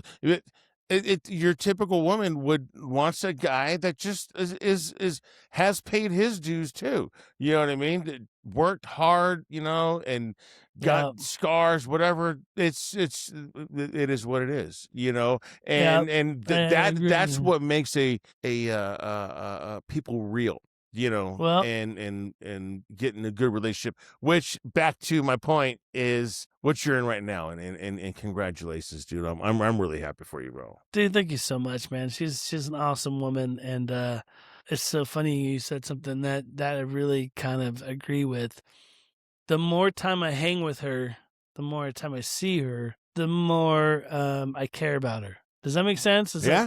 Because I still find out little things about her, little quirks or something like that, or she'll like get up and make me breakfast. Like, I'm not used to women making me things, like making me breakfast, doing cute little things. So she does that a lot. So I'm really, really fortunate to have you around, Amanda. Good job, woman. And you know what? And there's going to be things you're going to find out through your entire life, because again, back to people changing. She's going to change in 3 years. Yeah. You're going to change in 3 years. So, but the thing is that you change together. You know what? That's, and I'm going to kind of transition us now. That's one of the things I love about Zig, because we haven't been friends for, 20 years, but we've been friends now, I'd say easily over 10 years, something like that, right? Yeah. We've been friends for a while. We were in a band together. He was in the later stages of Fallen Union. He was with us for 3 years, and over a period of time, we've ridden together a lot. So over a period of time, I've come to know a lot of things about Zig. Aside from being a business owner and a good father and all these other things, one of the things that him and I are absolutely like 100% on the same page, pretty much most of the time, are politics. I mean, would you agree? Absolutely. Would you agree? Yeah. Absolutely. Yeah, we're pretty much on the same page when it comes to politics. So it's like, that's one of the things that kind of would bring us together. Like, we'd go to rehearsal And, before we start jamming, we'll talk about the fucking current events or, anything that's going on. Or at the time, Biden was doing some stupid shit. We'd fucking talk shit about it. But so Zig and I, we're like-minded politically. We're no filter perspectives. So I got to ask you, because it's, we're getting into the governor's race now. And, I have my own thoughts on that scenario. So let's talk about what's coming up. The governor's race for California. I know you've been paying attention, guys. Chad Bianco, Eric Swalwell, what's her name? Katie Porter. And then what's that dude's name? Hilton. All these people are stepping in. And before I put in my 2 cents, I want to get Zig's thoughts on the candidates. What are you thinking? Okay, well, first off, I mean, California. We know that California is a shithole. It's not like it used to be. I remember going to San Francisco. My sister lived in Sebastopol, and I remember riding up in the late 90s, throughout the late 80s, early 90s, riding up to her house on my GSXR, like 2-3 times a year. And then we would always go down into the wharf. We'd go down, get some sourdough bread, walk around Frisco, Haight-Ashbury. It was a clean city. I've been in Portland, Oregon. When I first got together with my oldest son, who's now 28 years old, when she was pregnant, and he was a what do they call him? A coffee a barista. Barista. A barista. Yes. So, by the way, I don't call it Portland, Oregon anymore. I call it Porkland. Thank Oregon. you. Anyways, I just say yes. No. But going up there, and we literally, she's pregnant. And walking, just like he's just showing us the town, and it's just people drinking coffee on the patio, eating crepes and little sandwiches, whatever. That is a past tense. We're talking, this is 20 plus years ago. And it's in California. In California, of course, that's Oregon. But back to California, it's a shithole now. It really is, bro. When Obama was the fucking president, okay, this is when the economy almost hit the point of the Great Depression. Okay, I'm going to a concert, okay, or the Super Motocross at Anaheim Stadium. There's the little what is that called? The fucking the runoff thing for all the heavy water. It's like there's like a whole section that's really wide. Yeah.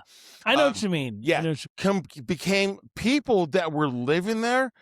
And I'm like, holy shit, that it's full of people. And come to find out, those were people that are there. Now they're homeless. They're in tents and shit like that. We're all homeowners. They weren't just like vagrants that just migrated there. That's when it started. And it started with fucking Obama and that fucking asshole. I can't think of his fucking name off that. But just as bad as who set the shit in motion, where Newsom takes over. And so, California, look at how many companies. Well, so there was Jerry Brown. There you go. Jerry Brown, and then there was Arnold Schwarzenegger. He came in too. But Brown. Where Brown was a piece of shit, bro. That's where it fucking started, dude. bro. And it got fucking worse from there. It's amazing how many businesses and people left, like literally, like in the last 5 years, more people left California than have came into California for 30 years prior. Yeah, you're right, man. I know I'm right. I do my fucking homework. People aren't really coming to California anymore, bro, except the illegals. It's Yeah, it's our unfortunate. sanctuary city. Let's just take care of everybody fucking else. And it's fucking amazing. In Trump's second term, this is what I knew. Okay, California let's hear was it. fucking bullshit when it came to elections. Newsom campaigned for a second term. I don't recall him He doing didn't. that. He did not. It was almost kind of just given to him. He did not. No one campaign. ran against him, dude. You did not see one commercial. Oh, Newsom, blah blah. No, didn't even campaign. And during the whole recall, I literally went from, because I take a road trip every year. You know that. I'm very familiar with it. Yes. And so a buddy of mine lives in Turlock. So I went from my house in East Highland all the way to Turlock, which is just south of Sacramento. And then from there, we went to our friend's house in Terrebonne, Oregon, completely all the way through the state. Recall Newsom, you know what I mean? And so you got, you know damn well that majority of the state wants to recall him. And for sure. It was like, yeah, here's a finger. He didn't get recalled. You know what I mean? And everywhere you went, there were people, volunteers. You couldn't go into a Walmart or a Bass Pro Shop without someone out there in front of it going, yeah, sign this petition. Yeah, well, when Nancy Pelosi is your relative, dude, that old crone has some serious fucking power, bro. Absolutely. And I cannot wait till she's just out of politics completely. Like, yeah, she's not really around anymore, but she's behind the scenes, bro. Oh, yeah. She's still controlling shit, bro. And, she may not have any power right now because the Republicans are in charge of pretty much all branches, but, dude, that old crone, bro, dude, when you relate it to her, that bitch fucking can do miracles, bro. So yeah, so I went to, because you have Moto America, and I like to go to the races, and so 3 years ago I went up to watch the races, and then at Laguna Seca, and like, okay, I'm gonna go into Frisco. I rode around Frisco, bro. I didn't want to stop. Like, there's people just like doped out, passed out. I mean, I'm pretty sure I probably passed a couple dead bodies. You're riding down the street and you could smell. Yeah, man. Feces. It's nasty. Piss. It smelled like an absolutely outhouse. nasty, dude. Disgusting. And so now we've got and this is just the left that's still controlling. We're a Democrat, a blue state. It's time to change. And now you mentioned Chad Bianco. So now let's start with Hilton. Hilton is a good guy. He was a broadcaster. He was a former Fox contributor. Yes, I think. And he very smart, very intelligent, knows, and he covered a lot of politics. So you don't have to be a politician. See, that's a little thing. Like, let's talk about just for a second Trump. He's not a politician. He's a businessman. Well, that's why How he do you won. run a fucking country? That's why he won. Thank you. You got to run this country like a business. Politicians just do shady shit. Okay, well, what's in it for me? A businessman thinks about his company. What's in the best interest for my company, which is the fucking United States? Yeah. You see the difference? Well, we're getting a little sidetracked here, but just a comment real quick. Trump won in 2016 because he was different from all the other bullshit, and people wanted something new, and no one wanted fucking Hillary, bro, except the libs. Oh my God, that would have been bad. Yeah, I think that's why Trump won, because like people just want to try something different. Right. And that's what needs to happen with the governor's race. I think Chad Bianco has a clear path to take this. You know what's funny? Bianco and Hilton are the top two absolutely fucking candidates right now. Democrats aren't. Dude, Eric Swalwell? Who the fuck wants that guy? Dude. You know what I'm saying? Look at that. Absolutely ridiculous. Half his pictures are sitting with Obama. What a fucking asshat. If Swalwell wins, or even that chick Porter wins, That's not bro, gonna happen. bro, then you know the shit is rigged because there's no fucking way. Either those two are so unlikable. They're fucking very unlikable. Not only that, but fucking Swalwell was banging some fucking spy from China, little what, Fang Fang. Like, dude, like if either one of those two win, it was clearly fucking inserted. Because there's no fucking way those two should win at all. Absolutely not. No, they've got no fucking political fucking or financial know-how unless it has to do with themselves. But Chad Bianco, so Hilton, he's educated. He did covered a lot of political stuff, so he understands and understands. He also covered a lot of business stuff, financial stuff, on the big scale of like a national scale or a state scale. You've got Bianco, who is a person that dealt with the public consistently. Yeah. He's a sheriff, and he's got to deal with a lot of the political stuff. He's got to deal with these politicians, blah, blah, blah. And he sees, how crooked these people are. And he's not going, wow. And he can't say nothing. Yeah. He just, and there's so much I can tell. So I just went to his rally at Hell's Kitchen. Oh shit! Did you really? 2 weeks ago. You know what? I did hear about that. Or 3 weeks ago. I would have loved to have attended that, dude. Oh, you didn't see my post on Facebook, dude? I was right there having a conversation with that. What? I gotta check it out. I didn't see it. I've been following him and I've been watching all his interviews, and he is on hit. He knows exactly what it's going to take, okay, to fix California. Well, it's because he's been in law enforcement is fucking forever, dude. But you know what I like about him? Well, number one, he signs off on my CCW card, so yeah, I like that, of course. But he's all about fucking squashing the sanctuary city bullshit, dude. He's like, no, that shit's coming to an end. Fuck that shit.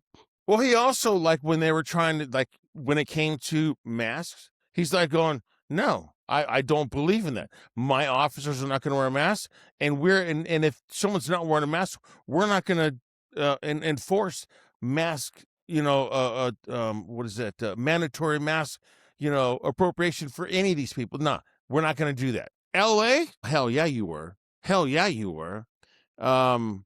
Which is, like one of the Villa Ragosa. Oh, used to be the mayor of fucking that's when I lived there. Yeah. And he's backed by Karen Bass. She's a clown. She's a clown. She's a fucking cunt. She's a fucking retard. No doubt about it. A smelly cunt. But Bianco knows exactly what we need. He's for the people. And here's my conversation with him. So, like, there's a line of people waiting to talk to him, blah, blah, blah, And so I finally get up there and I'm having a chat with him. I go, look, dude, I like the no income tax. We shouldn't have to have income tax. We shouldn't be paying that shit at all. There are 10 other states that don't have income tax, okay? And they're just doing just fine because, one, they have other means of income to not tax their citizens. We have oil. Well, dude, the income tax was implemented back in like 1917, right before the war, dude. So like we shouldn't even have an income tax, honestly.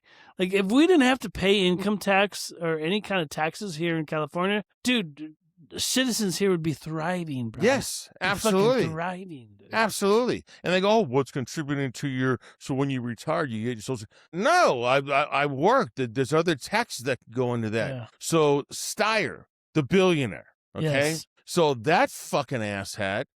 Well, actually, before I go into him, you get me jumping. I can have 10 conversations. No shit, in one Zig. Situation. Let's focus here, all right? Focus.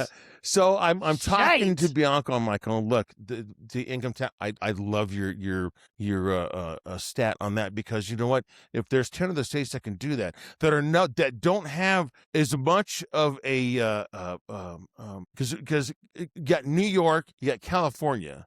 And then Florida as the biggest financial states, right? I'm like, you're right. And then you got the 10 other states that don't have state income tax, and they're doing just fine. So, and then I had a couple other things, and I says, but you know what? I says, I've been following you for a while, and I noticed that when you go on your interviews, nothing is brought up about the Second Amendment at all. Yeah, because people already know he's pro Second Amendment. He wants to give as many citizens a CCW as possible. As a matter of fact, he would love to turn this into an open carry state, which I don't know if that's going to happen. That's not going to happen. But I like the fact that he's very hey, the more people who are carrying, the better. Right. It's great. So I'm like, okay, so my thing is just what is you're going to be what is your going to be a stance on this? How much you're going to push this, and I said open carry. I says, I know we're not going to be an open carry state, but I mean, how are you going to do? Because I know it's so severely countywide, the diversity and as far as concealed carry. And the more north you get, the more fucked you are. You know what I mean? Like LA, good luck. Good luck. I agree with you on that, dude. Good luck getting a CCW in LA County. But like here out in the IE, it's a lot easier because thank you, Chad Bianco. All right. So he goes and I says, so where are you going to go with that? That was my one question for him. And he said, he goes, you know what? Concealed carry. He goes, I issued 70,000 concealed carry, which you're one of them. Me being one of them. Okay. He goes, and I feel that should be statewide. It shouldn't determine county, whatever, blah, blah, blah. Yeah, but this is really where it's kind of tricky because I have a CCW and I can carry it anywhere in California. Right. So I can go to LA. I go to LA several times a week. I carry. Obviously, I haven't had any issues, although I have been pulled over in LA before. You tell them, hey, you comply. Hey, I have a CCW carrier. Here's my card. No problems. Never had any problems. So I don't think necessarily, well, see, because you're talking about LA County specifically. No, I would say it's very hard. Well, that's what I'm saying. Citizens in LA County have to go through they have to jump a couple extra hoops and go through some extra paperwork in LA County specifically and they have to pay a few more added fees. Whereas in Riverside County, where I'm at, where you're at, you pay one set fee, you go do the fucking 8-hour training course, and you do it, and you just go through the time frame. Whereas LA County, yes, there are some extra hoops you have to go through, but at the end of the day, I think if you want it bad enough, you just go and do it. Yeah, but it's a very desperate attempt. I agree. If you ask me, I agree. It's a pain in the ass. Yeah, because my brother, his wife, is a real estate agent, and she's been dealing with this whole CCW thing because she has to deal with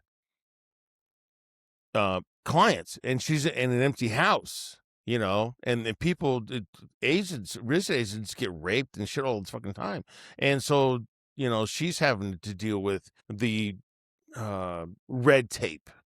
No, I agree with you 100%. It's definitely not as easy, but so now Bianco, he's got my vote. He's a great guy. He knows what the people want. He's also for businesses, and I know there's a con. I'd like to do to add a con. There was there was a thing about him with, oh yeah, I'm okay with woke. No, he's not. He's not. Dude, he's never been good with woke, bro. Yeah. He's never been cool with that shit. So now you've got the other guy that's been pushing it because he's got so much money behind him is Steyer. That dude is one of the biggest pieces of shit. You know where Steyer got his billions from? No, I'm not quite sure, actually. Hedge funds. Okay, well, that doesn't surprise me now that you tell me. Yes. So you get hedge funds. So now, what's a hedge fund? Well, they got less, less people looking at you. There's, but it's more of a risk, but who's most people invest in hedge funds? Billionaires. Not like you and I, like you want to invest in a 401k. You know what I mean? That's not the same thing. So now you got this fucking guy. And so basically, that's just straight out. That's telling me just from that alone. So I'm like, okay, well, now you're taking a risk with California. So you're going to take this, which is basically what Newsom did or is doing right now. He has California as a hedge fund. So basically, you got all the fraud shit going on. Then you got some of the shit that he's got, the money that's just disappeared. Oh, this rail. Remember the rail that's supposed to be from Frisco to Los Angeles? Bro, still nothing's been built, bro. But where's the billion? Where are the billions? Well, they don't know. That's where Nick Shirley comes in, bro, and he's been fucking totally busting this fucking case wide open. And dude, Newsom should be scared. He should be fucking nervous. He should be in jail. Oh, I agree with you 100%. That guy shouldn't even be in politics. He wants to run for president of 28, bro. And you know what? It ain't gonna happen. You know what? No, it's gonna happen. And I bet you a bunch of fucking retards are gonna vote for this guy because they hate Trump so much. And I don't want J.D. Vance to, J.D. Vance is gonna, pretty much push Trump's policies forward. People are dumb, bro. People are honestly fucking dumb. And they think with their feelings and not with fucking realistic, like, you just gotta sit and think about shit, bro. And I don't think I don't think people understand quite honestly what's happening right now in the no, they don't. And Steyer's gonna do the same thing that Newsom's doing. They're both of the same mind. Then you got Mahan, which I call him Mayhem. Okay. Oh, his campaign thing is, he's made San Jose one of the most safest and beautiful places in the United States. Have you been to San Jose? It is a shithole. I know, bro. I swear to God, dude. It's literally as bad as fucking L.A. Every year I ride through San Jose. Every year. And it gets worse. And it's Skid Row on steroids. Yeah, man. Like Nick Shirley, I don't know, was it Nick Shirley? No, it was an Asian guy. I can't think of his fucking name, but he just did one, and it's like, oh, where do the people? Well, some of the people are like, there's not as many because they talk about how the homeless percentage has gone away because we created jobs. No, they went underground. They showed people coming out of sewers. It's crazy, dude. Like you're like so now you have this guy. Then you got the Asian fucking cunt. Oh shit, I have her fucking name right here. Which she's no worry, but it's crazy because she what she did is she remember the mask mandate, right? Okay, during the fake-demic, right? Ridiculous, dude. God, I have her name down here. Where's she at? Pull it up, Zig. I have her right here. No, I'm not. Like it's Katie Porter. Oh my! We don't have to worry about her. She's just a fucking cunt. She's a straight fucking loser. She doesn't. Katie Porter. It's like you even look at her, you're like going, okay, well, they need to just have toilet paper with your face on it. You can't even take that chick serious. Did you see? There was that recent. The recent interview she was doing, or she was trying to do something on TikTok live or something, and then her fucking little assistant was in the background in the shot and just fucking like totally degraded this person, dude. Just treated them like a piece of shit, bro. Yeah, and, like, she didn't realize it's still live. I was like, this piece of shit. It's like, dude, people still record this shit. There are like real people like going, yeah, all the other cameras just shut off. Then Tony Thurman, that motherfucker. Dude. Oh God, that is a fucking racist fucking asshat. If I were, he's just like, what's her face from Jasmine Crockett. Jasmine Crockett is a freaking Crockett. Let's get that politically correct. She's an idiot, dude. Nothing can't come out of his mouth unless the word white comes out of it. You're like, if you're a person that is always comparing of someone's color, you're a racist. Well, there's always going to be the race baiters in politics because, it's obvious that the race baiters create the divide, and then when they create the divide, they're gaining the support from the people who follow that stuff. They're like, yeah, this fucking who are racist. Yeah. But yet they Typically, want to all call are, everybody dude. else racist. Yeah, dude. They It's want to just call funny. you racist Yeah. because you support the Second Amendment. You're a racist. Yeah. You know what's funny, dude? When I was talking to somebody recently about this. Like, words mean nothing to me.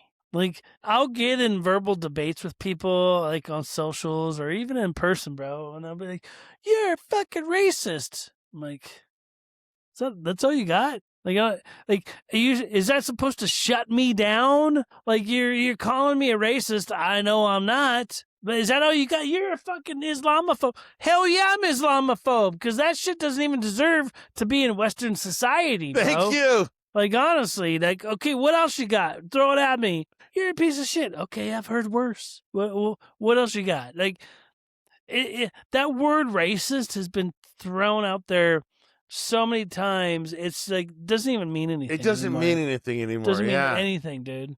Because it's like the word I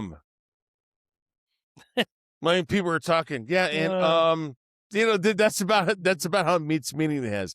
Betty Yee, Oh God, that chick, because she was she was. I'm pretty sure that she was sucking Newsom's dick, just like Newsom had an affair with his campaign manager's wife. She was in him and her invested in mandatory masks. So and bought made $134 million. It's right here. $134 million because they bought the masks from China. Go figure. Because China, we're going to do this. You're going to do this. Oh, my God. So her last name is Yee. Well, you figure it out. How much of a kickback does she get? Right. I wonder. So it's all connected, bro. And that's why when you look at the stats now, you have Hilton and you have Bianco that are like at least by 30%. So that's a huge number. So that means if one of these other asshats gets in, it's California is just a fucking rigged state. There's no hope. I mean, it seems like it's been like that for a long time. But we need people like Nick Shirley to expose things, and other people that go out and they just expose these people, and obviously God bless Charlie Kirk. That's what he did. He exposed people, and he paid his life for that, for the truth. Yeah. For the truth. But yet, God forbid that cunt fucking good, goes to run over a cop and the cop fucking blasts her, and then they make a big ass deal about it. But 3 days ago, a college student gets fucking blasted in the fucking face by an illegal fucking alien. Crickets. And didn't hear shit. You want to know who the only people who heard shit about that is you and I, because we listen to these little places that are willing to fucking say it. We're informed. Thank you. We're informed. Thank you. Like the Renee Good chick, how they made this chick a fucking martyr. Bro, that chick went 5 hours out of her way and drove 5 hours to be at that event where she got shot. Not only that, she left her kids at home unattended, to go to this thing, right? And they're making this chick a martyr. But wait, and then she was on her way to pick up her kids. Remember that? I know. Remember that? I know. But her kids are the thing is, at home. They had a track record. She had a track record, and it's documented that her ex girlfriend was fucking putting cigarettes out on him. Her ex-girlfriend was with her when she fucking got shot. So, and this is what's crazy to me. Like, all these people are making such a big thing out of her. Fact is, she didn't comply. If you comply, you're gonna be fine. People say, she should have never got shot. Well, yeah, she should have got shot. She should have listened. Mm-hmm. She tried to run over a fucking law enforcement officer, and she paid with her life. Fact is, do stupid things. That's what's gonna happen to you. Like, I don't know why there's just like another fucking what's that black guy, George Floyd. She's another George Floyd, bro. Thank you. Make you a fucking martyr out of a fucking dumbass. Yeah. And just like that George Floyd, that motherfucker 3 months prior held a gun to a pregnant shit's belly. Documented. No one wants to talk about that shit, bro. No one wants to talk about that shit, bro. Of course not. Because it doesn't fit the narrative. But Ilhan Omar. Oh, that bitch needs to be deported, bro. Now, guess what? I can't fucking stand Guess her, what? dude. Okay, so this you can look it up. I've probably heard about this already. What you gonna tell me? Remember, so I don't know if you know this, but remember her family was in. I don't if you call it politics in Somalia, because Somalia is basically just a shithole, and there's crooked politicians, dude. That's really what it is. It's just crooked everything. It's just basically what is it? What was during the Depression when alcohol was banned? Prohibition. Yeah, it's basically a country of prohibition on all sides, right? So her family fled Somalia. Didn't know that a bit. Okay, so they fled Somalia. This is actually well documented, bro. They were trying to be in politics in Somalia. No, so they fled, right? So now to save face for her fucking family, this is where the whole Somali fucking Minneapolis fucking thing falls into play. Everybody knows that she's guilty as fucking sin. She's been pretty good about hiding it, but guess what? AI is now finding shit. That's it. Yep. Thank you. Okay, now will AI be the death of us eventually? Yeah, it is. That's okay. The Terminator, come get me, bitch. I'm gonna put up a good fight. You know what I mean? But by the time that happens, you and I are gonna be dead anyways, bro. But anyways, so to fucking Somali, they're like, we'll extradite her. I saw that. Yes, sign us up. We'll come get her. I saw that, dude. That was a post that came out just yesterday, as a matter of fact. Fucking, and I was like, let me just make sure. Yeah. I found 10 different sources. Yeah. They're like, yes, let us come. You guys cater us to her. We will extradite her back. I'm like, fuck yeah. You see that? But see, now the thing is, the reason why that money's being funneled there, she's protecting her family. As long as more money goes there, they're not going to kill her or her family, because they can kill her anytime they want. Well, she done fucked up because she thinks she's so fucking smart, bro. But the fact is, when she first came into politics and got into the fucking one of the biggest houses in the nation, right? So she gets into the fucking political scene, and her net worth at the time, $1,000. Well, apparently she had like less than $1,000 in the bank. The next year, it bumps up to like 600,000, like in a year, and then 2 years goes by, and now she's worth $30 fucking million, bro. Right? It's like, come on, bro. Like, you mean to tell me this fucking chick from Somalia, fucking uneducated bitch, is worth $30 million and she's been in politics for like 3 years? No. Some shady shit's happening. And then they start investigating. So she gets married to her brother, brings her brother in. They detach, if you will, get a divorce, and then she marries this fucking white man who owns a couple fucking wineries, which she's Muslim, bro. It's against their fucking religion to have this shit, but yet they own a couple of wineries.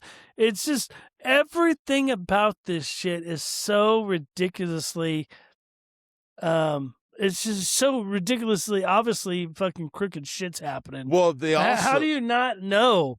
Like, that bitch needs to be investigated fucking from top to bottom. Well, him also, because their net worth is still, his wineries just don't sell. I'm a business. So like if the state or the feds want to come on down, like find out how many motorcycles did you work on, Zig? Okay. Well, they went to like, you haven't sold that many bottles of wine. Exactly, bro. So. Exactly. And fucking what's it? Walst. Tim Walsh is a fucking moron. That fucking asshole. They're all fucking tied. Trust they're me, all connected. Yeah. See, the thing is the wall. Was it the wall comes crumbling down? That fucking one song.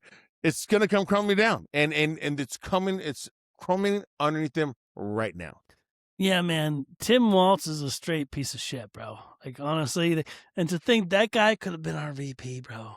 Can you imagine if those two clowns were in fucking office right now, dude? Well, you know, they said like when Obama was president, he had to find someone that was dumber than him, and he got fucking Biden. So Biden had when he became when he stole the presidency, he had to find someone dumber than him. Dude, he found someone that came out of the fucking trash can, bro. He found the fucking jackpot, bro. Right? Both of those clowns. So then who else would Kamala fucking like dude, now you're like you're in the garbage disposal. You know, you like when you're just garbage disposal, it's fucking something stuck in there. That's what you're fucking walls out. You know, you're like, oh, it just gets fucking worse from there. You get Trump, who's he fucking Vance. You know, when I watch Vance speak, he's clear. He fucking I listen. Boom. I listen. He's very clear and direct. He's unfiltered. He's fucking, he knows exactly what he's saying, right to the point. Just like Caroline Levitt. I watch every day when I get home, bro. I go right on YouTube and I watch the White House briefing every single day. Caroline, oh my God. She is like a perfect fucking woman. Smart, she really beautiful, is, bro. Intelligent, a good mother. Yep. You know what I mean? Yeah. I've seen videos of like there's a couple of videos of her like, you know, at home and socks in the kitchen cooking breakfast. We were just talking about that. I'm like, holy shit! Compared to the clown, KJP. Oh, dude, there was probably not a day, or maybe it was every other day that she'd go on and let it be known that she's the first black press secretary, and she's a lesbo, bro. And dumb she should be so proud. You know, it's like fuck. No one gives a fuck that you lick pussy. Okay, no one gives a fuck. You know, I want to give me some real, you know, give me some real fucking information. No one gives a fuck you're black. No one gives a fuck that you're gay. I want to hear what's going on in the world. Fucking give me some info. Instead, she's always talking about, I'm the first black gay, you know, press secretary. No one cares. Yeah, and definitely don't tell me how brilliant fucking Biden is. No, Obama's in a basement fucking running the fucking country right now. Biden's just fucking standing there. You know, where's the staircase? Oh, you know, man, dude. And then Kamala's like, oh, well, where's the next dick I suck to get a little bit higher in politics? You know, fuck me, bro. But we live in a crazy world, bro. But you got Trump, who's a fucking lion, dude. He's a businessman. Now remember, so during 4 years of Biden, that administration brought in a little over $1 trillion in revenue. Trump, in the first 4 months, brought in $3 trillion. Yeah, it's pretty amazing, dude. And I don't know what it's at now. You know what I mean? Then the people are like, oh, we're going to go the tariffs. Well, think about this, you fucking dumb retard. Okay? So the tariffs, guess what the tariffs do? It causes the companies to come here and build facilities, which they're doing, and then hire what? American people. And now it created jobs and revenue. And now we're almost at a surplus, but Trump's had to dig us out of a fucking hole that was almost an endless pit. Well, see, what people don't understand is because they're not informed. Tariffs back in the day is what brought in the money. Thank you. We weren't taxed. We weren't getting taxed. We weren't taxed. So, you know, and then I forgot what president it was back in 1917 who thought it'd be a good idea. Well, we need to make more money. We need to bring in more money to pay for the fucking war. I don't remember who it was, but the fact is, you know, it wasn't always like this. Like if we would just bring in tariffs, charge these countries a standard fee. You know, some of these countries are taxing us 110%, 200% fucking tariffs, and we're only taxing them like 20%. Yeah. No, when did we become Captain Save-A-Ho for all these fucking countries, bro? So if we went back to, if we really stuck with Trump's plan and we just tariff the fuck out of everybody, then that would alleviate us paying taxes ever. Mm-hmm. And we would be thriving like a motherfucker. Dude, no one wants to do it because they got too much fucking shady shit going on in their hands and fucking people's pockets, and you're gonna fuck up their fucking income. It's just a fucked situation all around. And as much as I'm into politics, I'm kind of getting disgusted by it. I'm just kind of getting over it. And once Trump's out, Vance, see, the thing is, we have people like you and I need it, and the many others, that are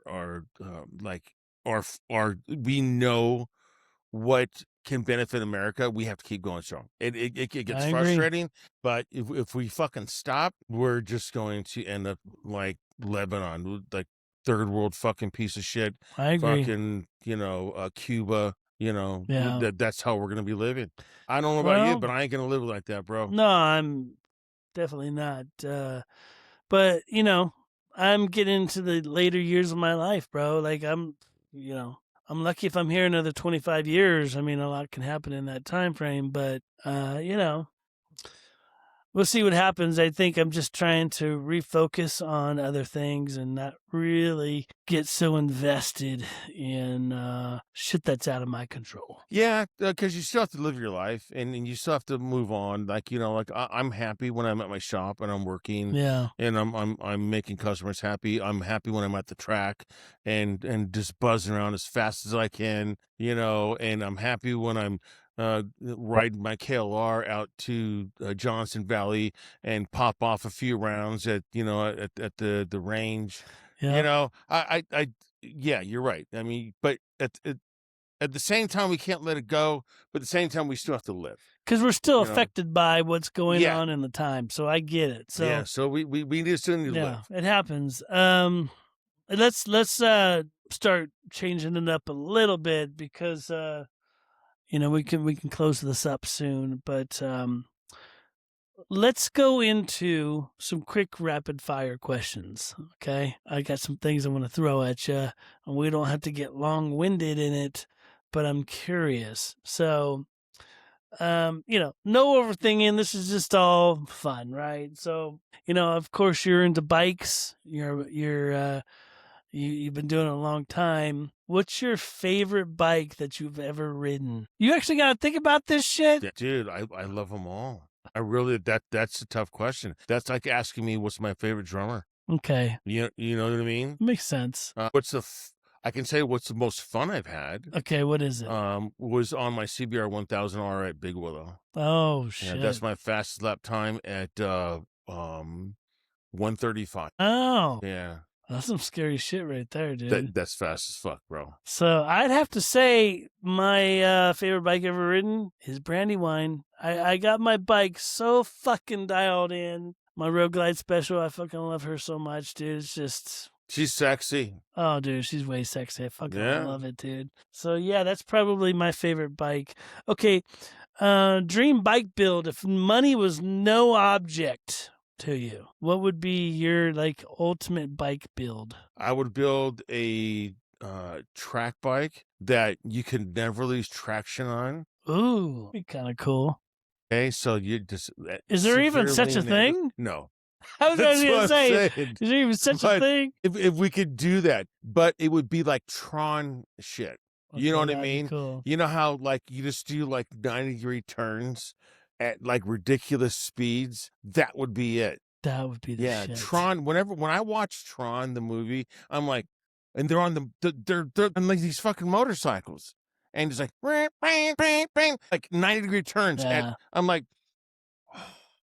oh, I mean, I was a kid when Tron came out, and that gave me a hard on. I didn't have pubic hair yet, and I had a hard on for that. Yeah, shit. but that new movie Tron's gay as fuck, bro. Oh yeah, no, it's so stupid. You got to go with the OG shit. That's just one of those things.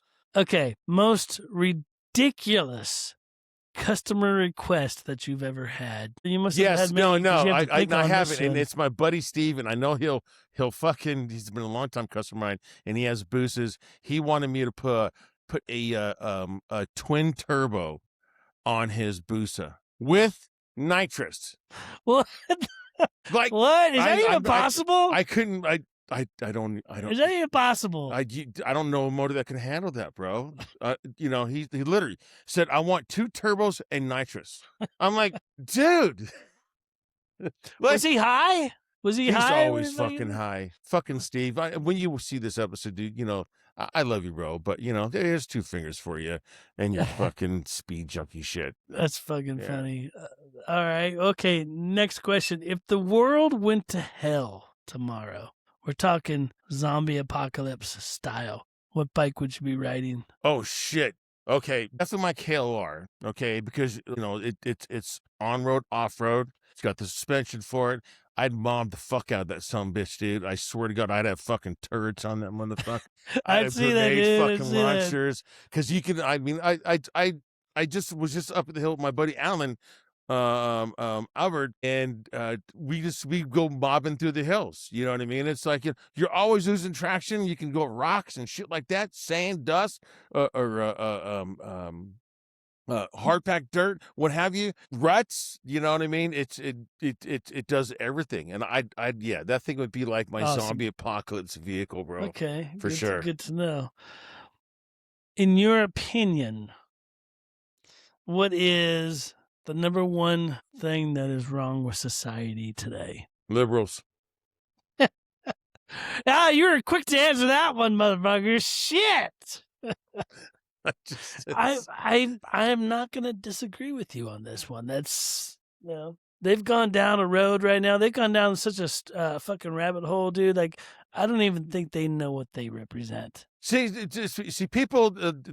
People think that Democrats and liberals are the same thing. They're not. They're two different people. Now, are Democrats lean liberal? Yes, they do. But then you have what's his face? I fucking love his ass. He's he's starting to lean towards the right. God, the fucking ball guy. That love that fucking guy. I don't know who you're talking about. I probably do, but I don't know. Anyways, he's a congressman, but or senator. Fetterman. Okay. Fetterman's actually coming around, bro. As far liberal as you can get, Yeah. you know what I mean? But anyways, but like liberals, they're just, I mean, think about it. They're whacked out people. They're the purple hair. They always look the same. Purple, pink fucking hair. The septum ring, bro. Septum fucking ring. Bunch dude. of holes in their fucking ears, shit on their fucking other holes in their fucking face, and they're always like pissed off. With You're 10 pronouns. Oh my 10 God. pronoun names. Yeah. Oh yeah. Don't forget the 17 genders. You know. I mean, oh yeah. I'm sorry, man. Still can't get pregnant. I had this. Not to get off the subject. I had I should say it was more of a like confrontation. Interaction. I was in a gas. Why is it always being in gas stations? But I'm in this gas station, and there's the fucking whacked outs, right? And they were talking to the guy behind the counter, and the guy's like from India, right? And they were doing something, and somehow it got into this. Oh, well, you hate us because you know we're the guy went in. There was a man in woman's bathroom, and please tell me you said something. So the guy the guy's. That's how it started. That's how I found out. So the guy, you can't go on that one. That's the late. Well, and so anyway, so that's when it got heated. Okay, I remember now. And so and it was like, oh yeah, well, I'm a woman, blah blah blah. And I'm standing there, and I was like, you know, minding my own business, waiting to pay for my, but they're occupying this fucking guy's time. I'm feeling sorry for this guy, and they're just going back and forth. And I go, dude, you can't get pregnant, bro. And he looks at me, and there we go. Did he start getting mouthy with you? He started getting mouthy to me, and I see. The thing is, like, normally, fortunately, I was sober. I wasn't there to like pick up some more beer, but it was like he's started getting out. Not with me. No, not today, bro. But you can't get pregnant, and I just stopped it at that, and then they started going, blah blah blah, and then when the chicks, then I started looking at me, and then because I wasn't confrontational with them, and I'm just looking at them like, look, I think they assumed that I carried, and we're just like not gonna fuck with me, like. All right, well, fuck you, You do have that look you about know, you. and they just took So, off. I think if you confront people, you're playing into their game at that point. If you just look at them like and don't say shit, I think in the back of their they're going, oh, well, yeah. he's not playing our game. See, that's the problem with what's going on today. Like, I am absolutely a no nonsense guy, just like you. I will not live in that fairy tale with you, bro. Like, if you're so obviously a fucking man dressing like a dude, I'm gonna fucking straight say how it is. But I've noticed the few interactions that I've had, and I kind of wait for them. Like, I wish I could get into an interaction with a transvestite and just verbally abuse him, dude. But I very rarely get into these interactions because they don't want to partake in the debate, right? Like, sometimes I get lucky, I had a server once who was a dude, and he was trying to get me to call him a female, and I wasn't having it, bro. I was like, no, no, thank you. It was so long ago, I don't even remember what happened, but it led to him being all pissed off and walking away and like cursing me out. But like, I wish more of these interactions would happen because they need to be punked. Like, not everybody's going to live in the fairy tale with you. And so, like, when you have an opportunity to actually correct somebody or punk somebody, it needs to happen. Because eventually, if people start doing it more often, maybe it'll open their eyes and be like, well, they're right. I do have a dick. So I don't know. That's just my train of thought. Okay, let's move on. What's the one thing you believe in no matter what? God. That's awesome, dude. And I'm gonna That's put fucking awesome, dude. actually I'm gonna put it something else in the same next to each other. So it should be two things, as far as I'm concerned. God and America. Fuck yeah, dude. Okay, we have a great country, and it was built on strength, and it's being compromised right now. But yes, I believe in God and I believe in my country. Man, I'm right here with you. I believe in both of those things. Yeah, man, that's awesome. So we're gonna start closing this out, but what's next for you, Zig? What are your plans for the future, man? What do you got going on, brother? I live in a I've created a life that is moving forward. And I think now it's just like, I think I'm not scared, but just like, oh, wow, growing old. You shouldn't be scared, bro. You shouldn't be scared. I'm gonna accept it. I mean, because we have no choice. We're young and we die. We have and we see in our dogs. Like, for instance, you're a dog lover. I'm a dog lover, and we see beginning, we see the end, and it's like, And I just don't want me to be a burden on my children. I think I just want to keep on. I want to be like Nick Shirley. I want to be like fucking Charlie, and team up with you, and just, hey, you know what? Let's work together to MAGA, make America great again, because there was a good America, and I remember that when I was a kid, when Reagan, was president. Those were good. He was a great president, but we were too young to really appreciate what that dude was doing. But I remember being very hungry. I remember going to bed hungry. I remember waking up hungry. I remember ended up having to go to a foster home during the Carter years. And I remember when Reagan came back, strengthened our military and stuff like that. My dad started working back at Northrop. He was at McDonnell Douglas before, and then he got a job at Northrop, and then he was able to bring me back, from the foster home, which I was abused. I was mentally abused, physically abused, sexually abused. It was a very tough time. And then when Reagan came in, then my dad was making money and he bought a home, and then he brought me out of the foster care. It was awesome. And that's what I see in Trump right now. I see that big, huge change, and that someone actually said, that's actually thinking like, look, America first. That's the bottom line.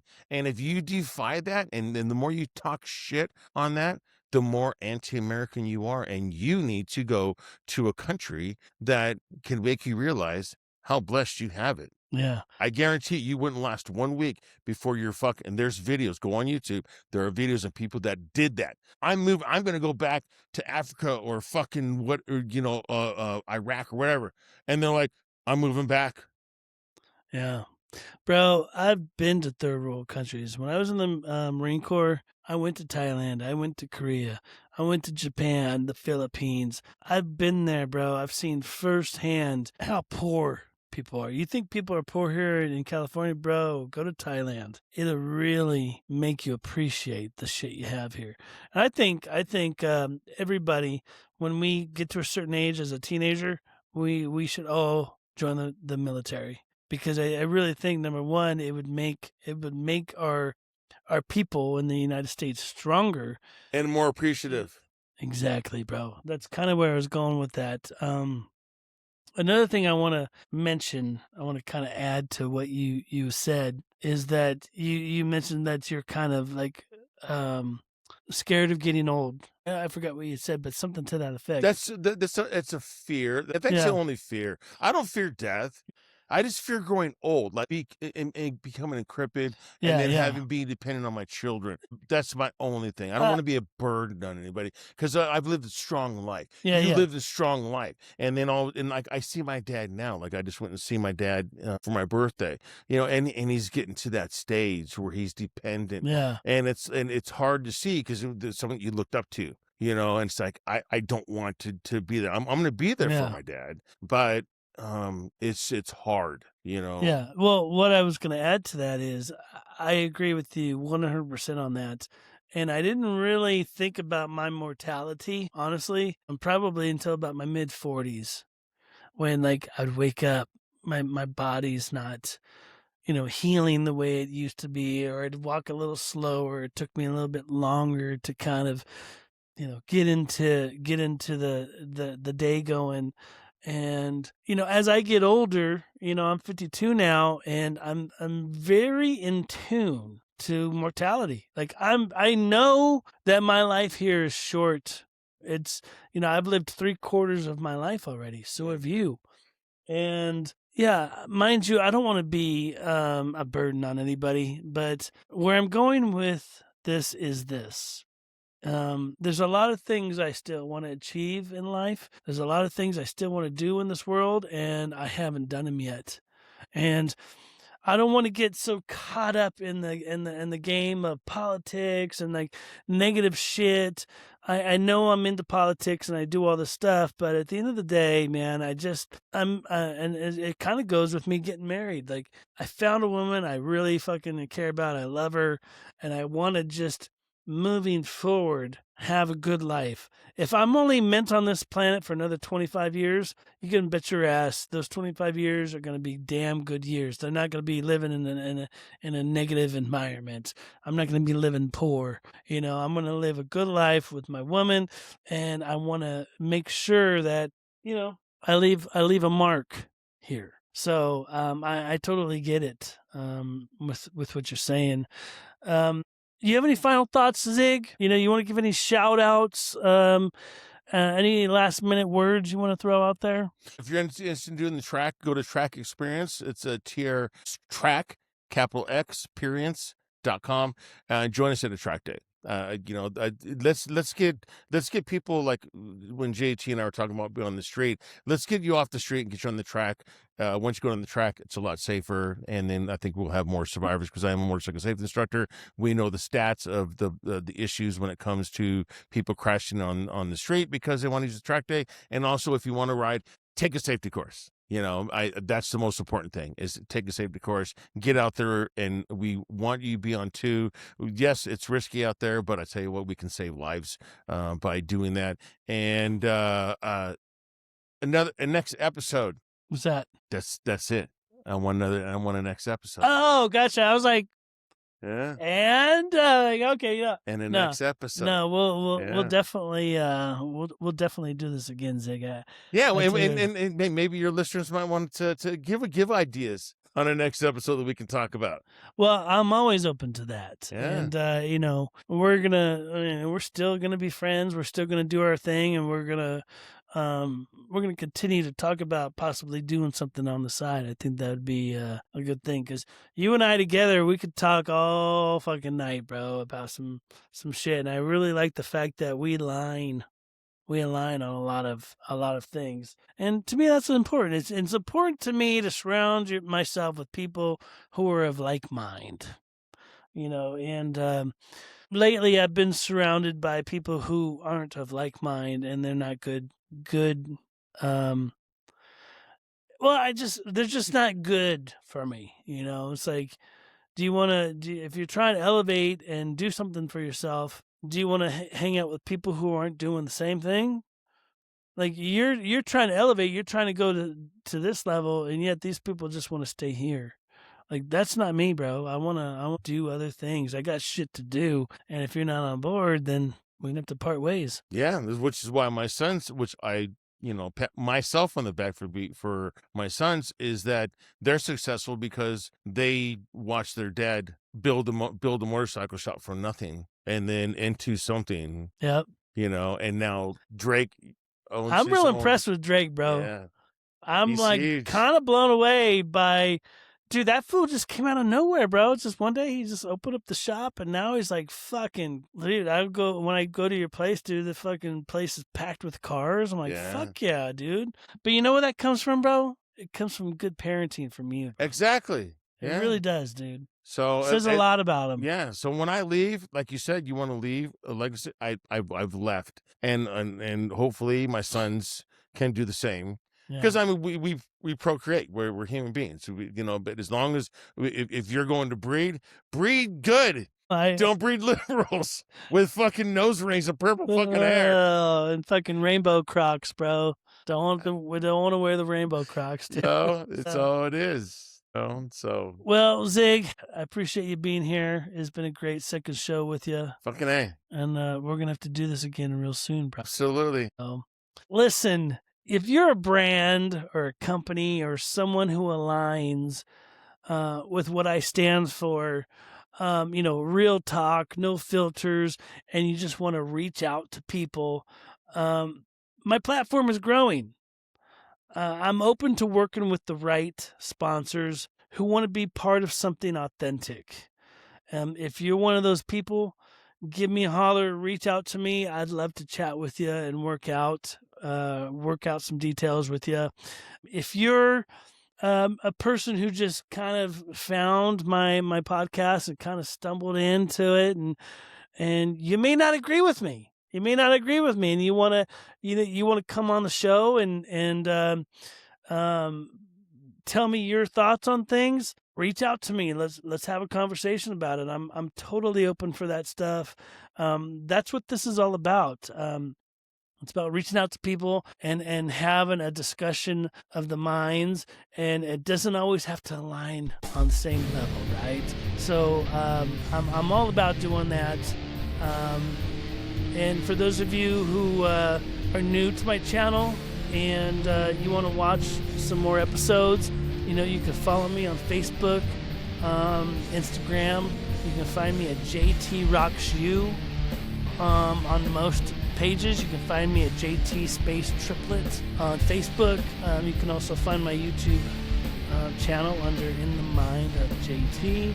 I typically try to post all my episodes within 24 hours, but I do all the editing myself. I do all the post-production myself. Sometimes if the episodes are a little lengthy, I have to take a little bit extra time out of it. So, but yeah, you can check me out on my YouTube channels. I'd really appreciate it.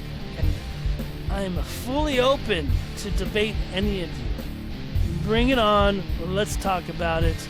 And you never know. We might be friends afterwards. You never know. So, and if you got something to say, whether you agree with me or not, and you think you can back it up, come on the show. Let's have a conversation. So, with that being said, I'm JT, signing off. Ride safe, live free, and don't take shit from anyone. Peace.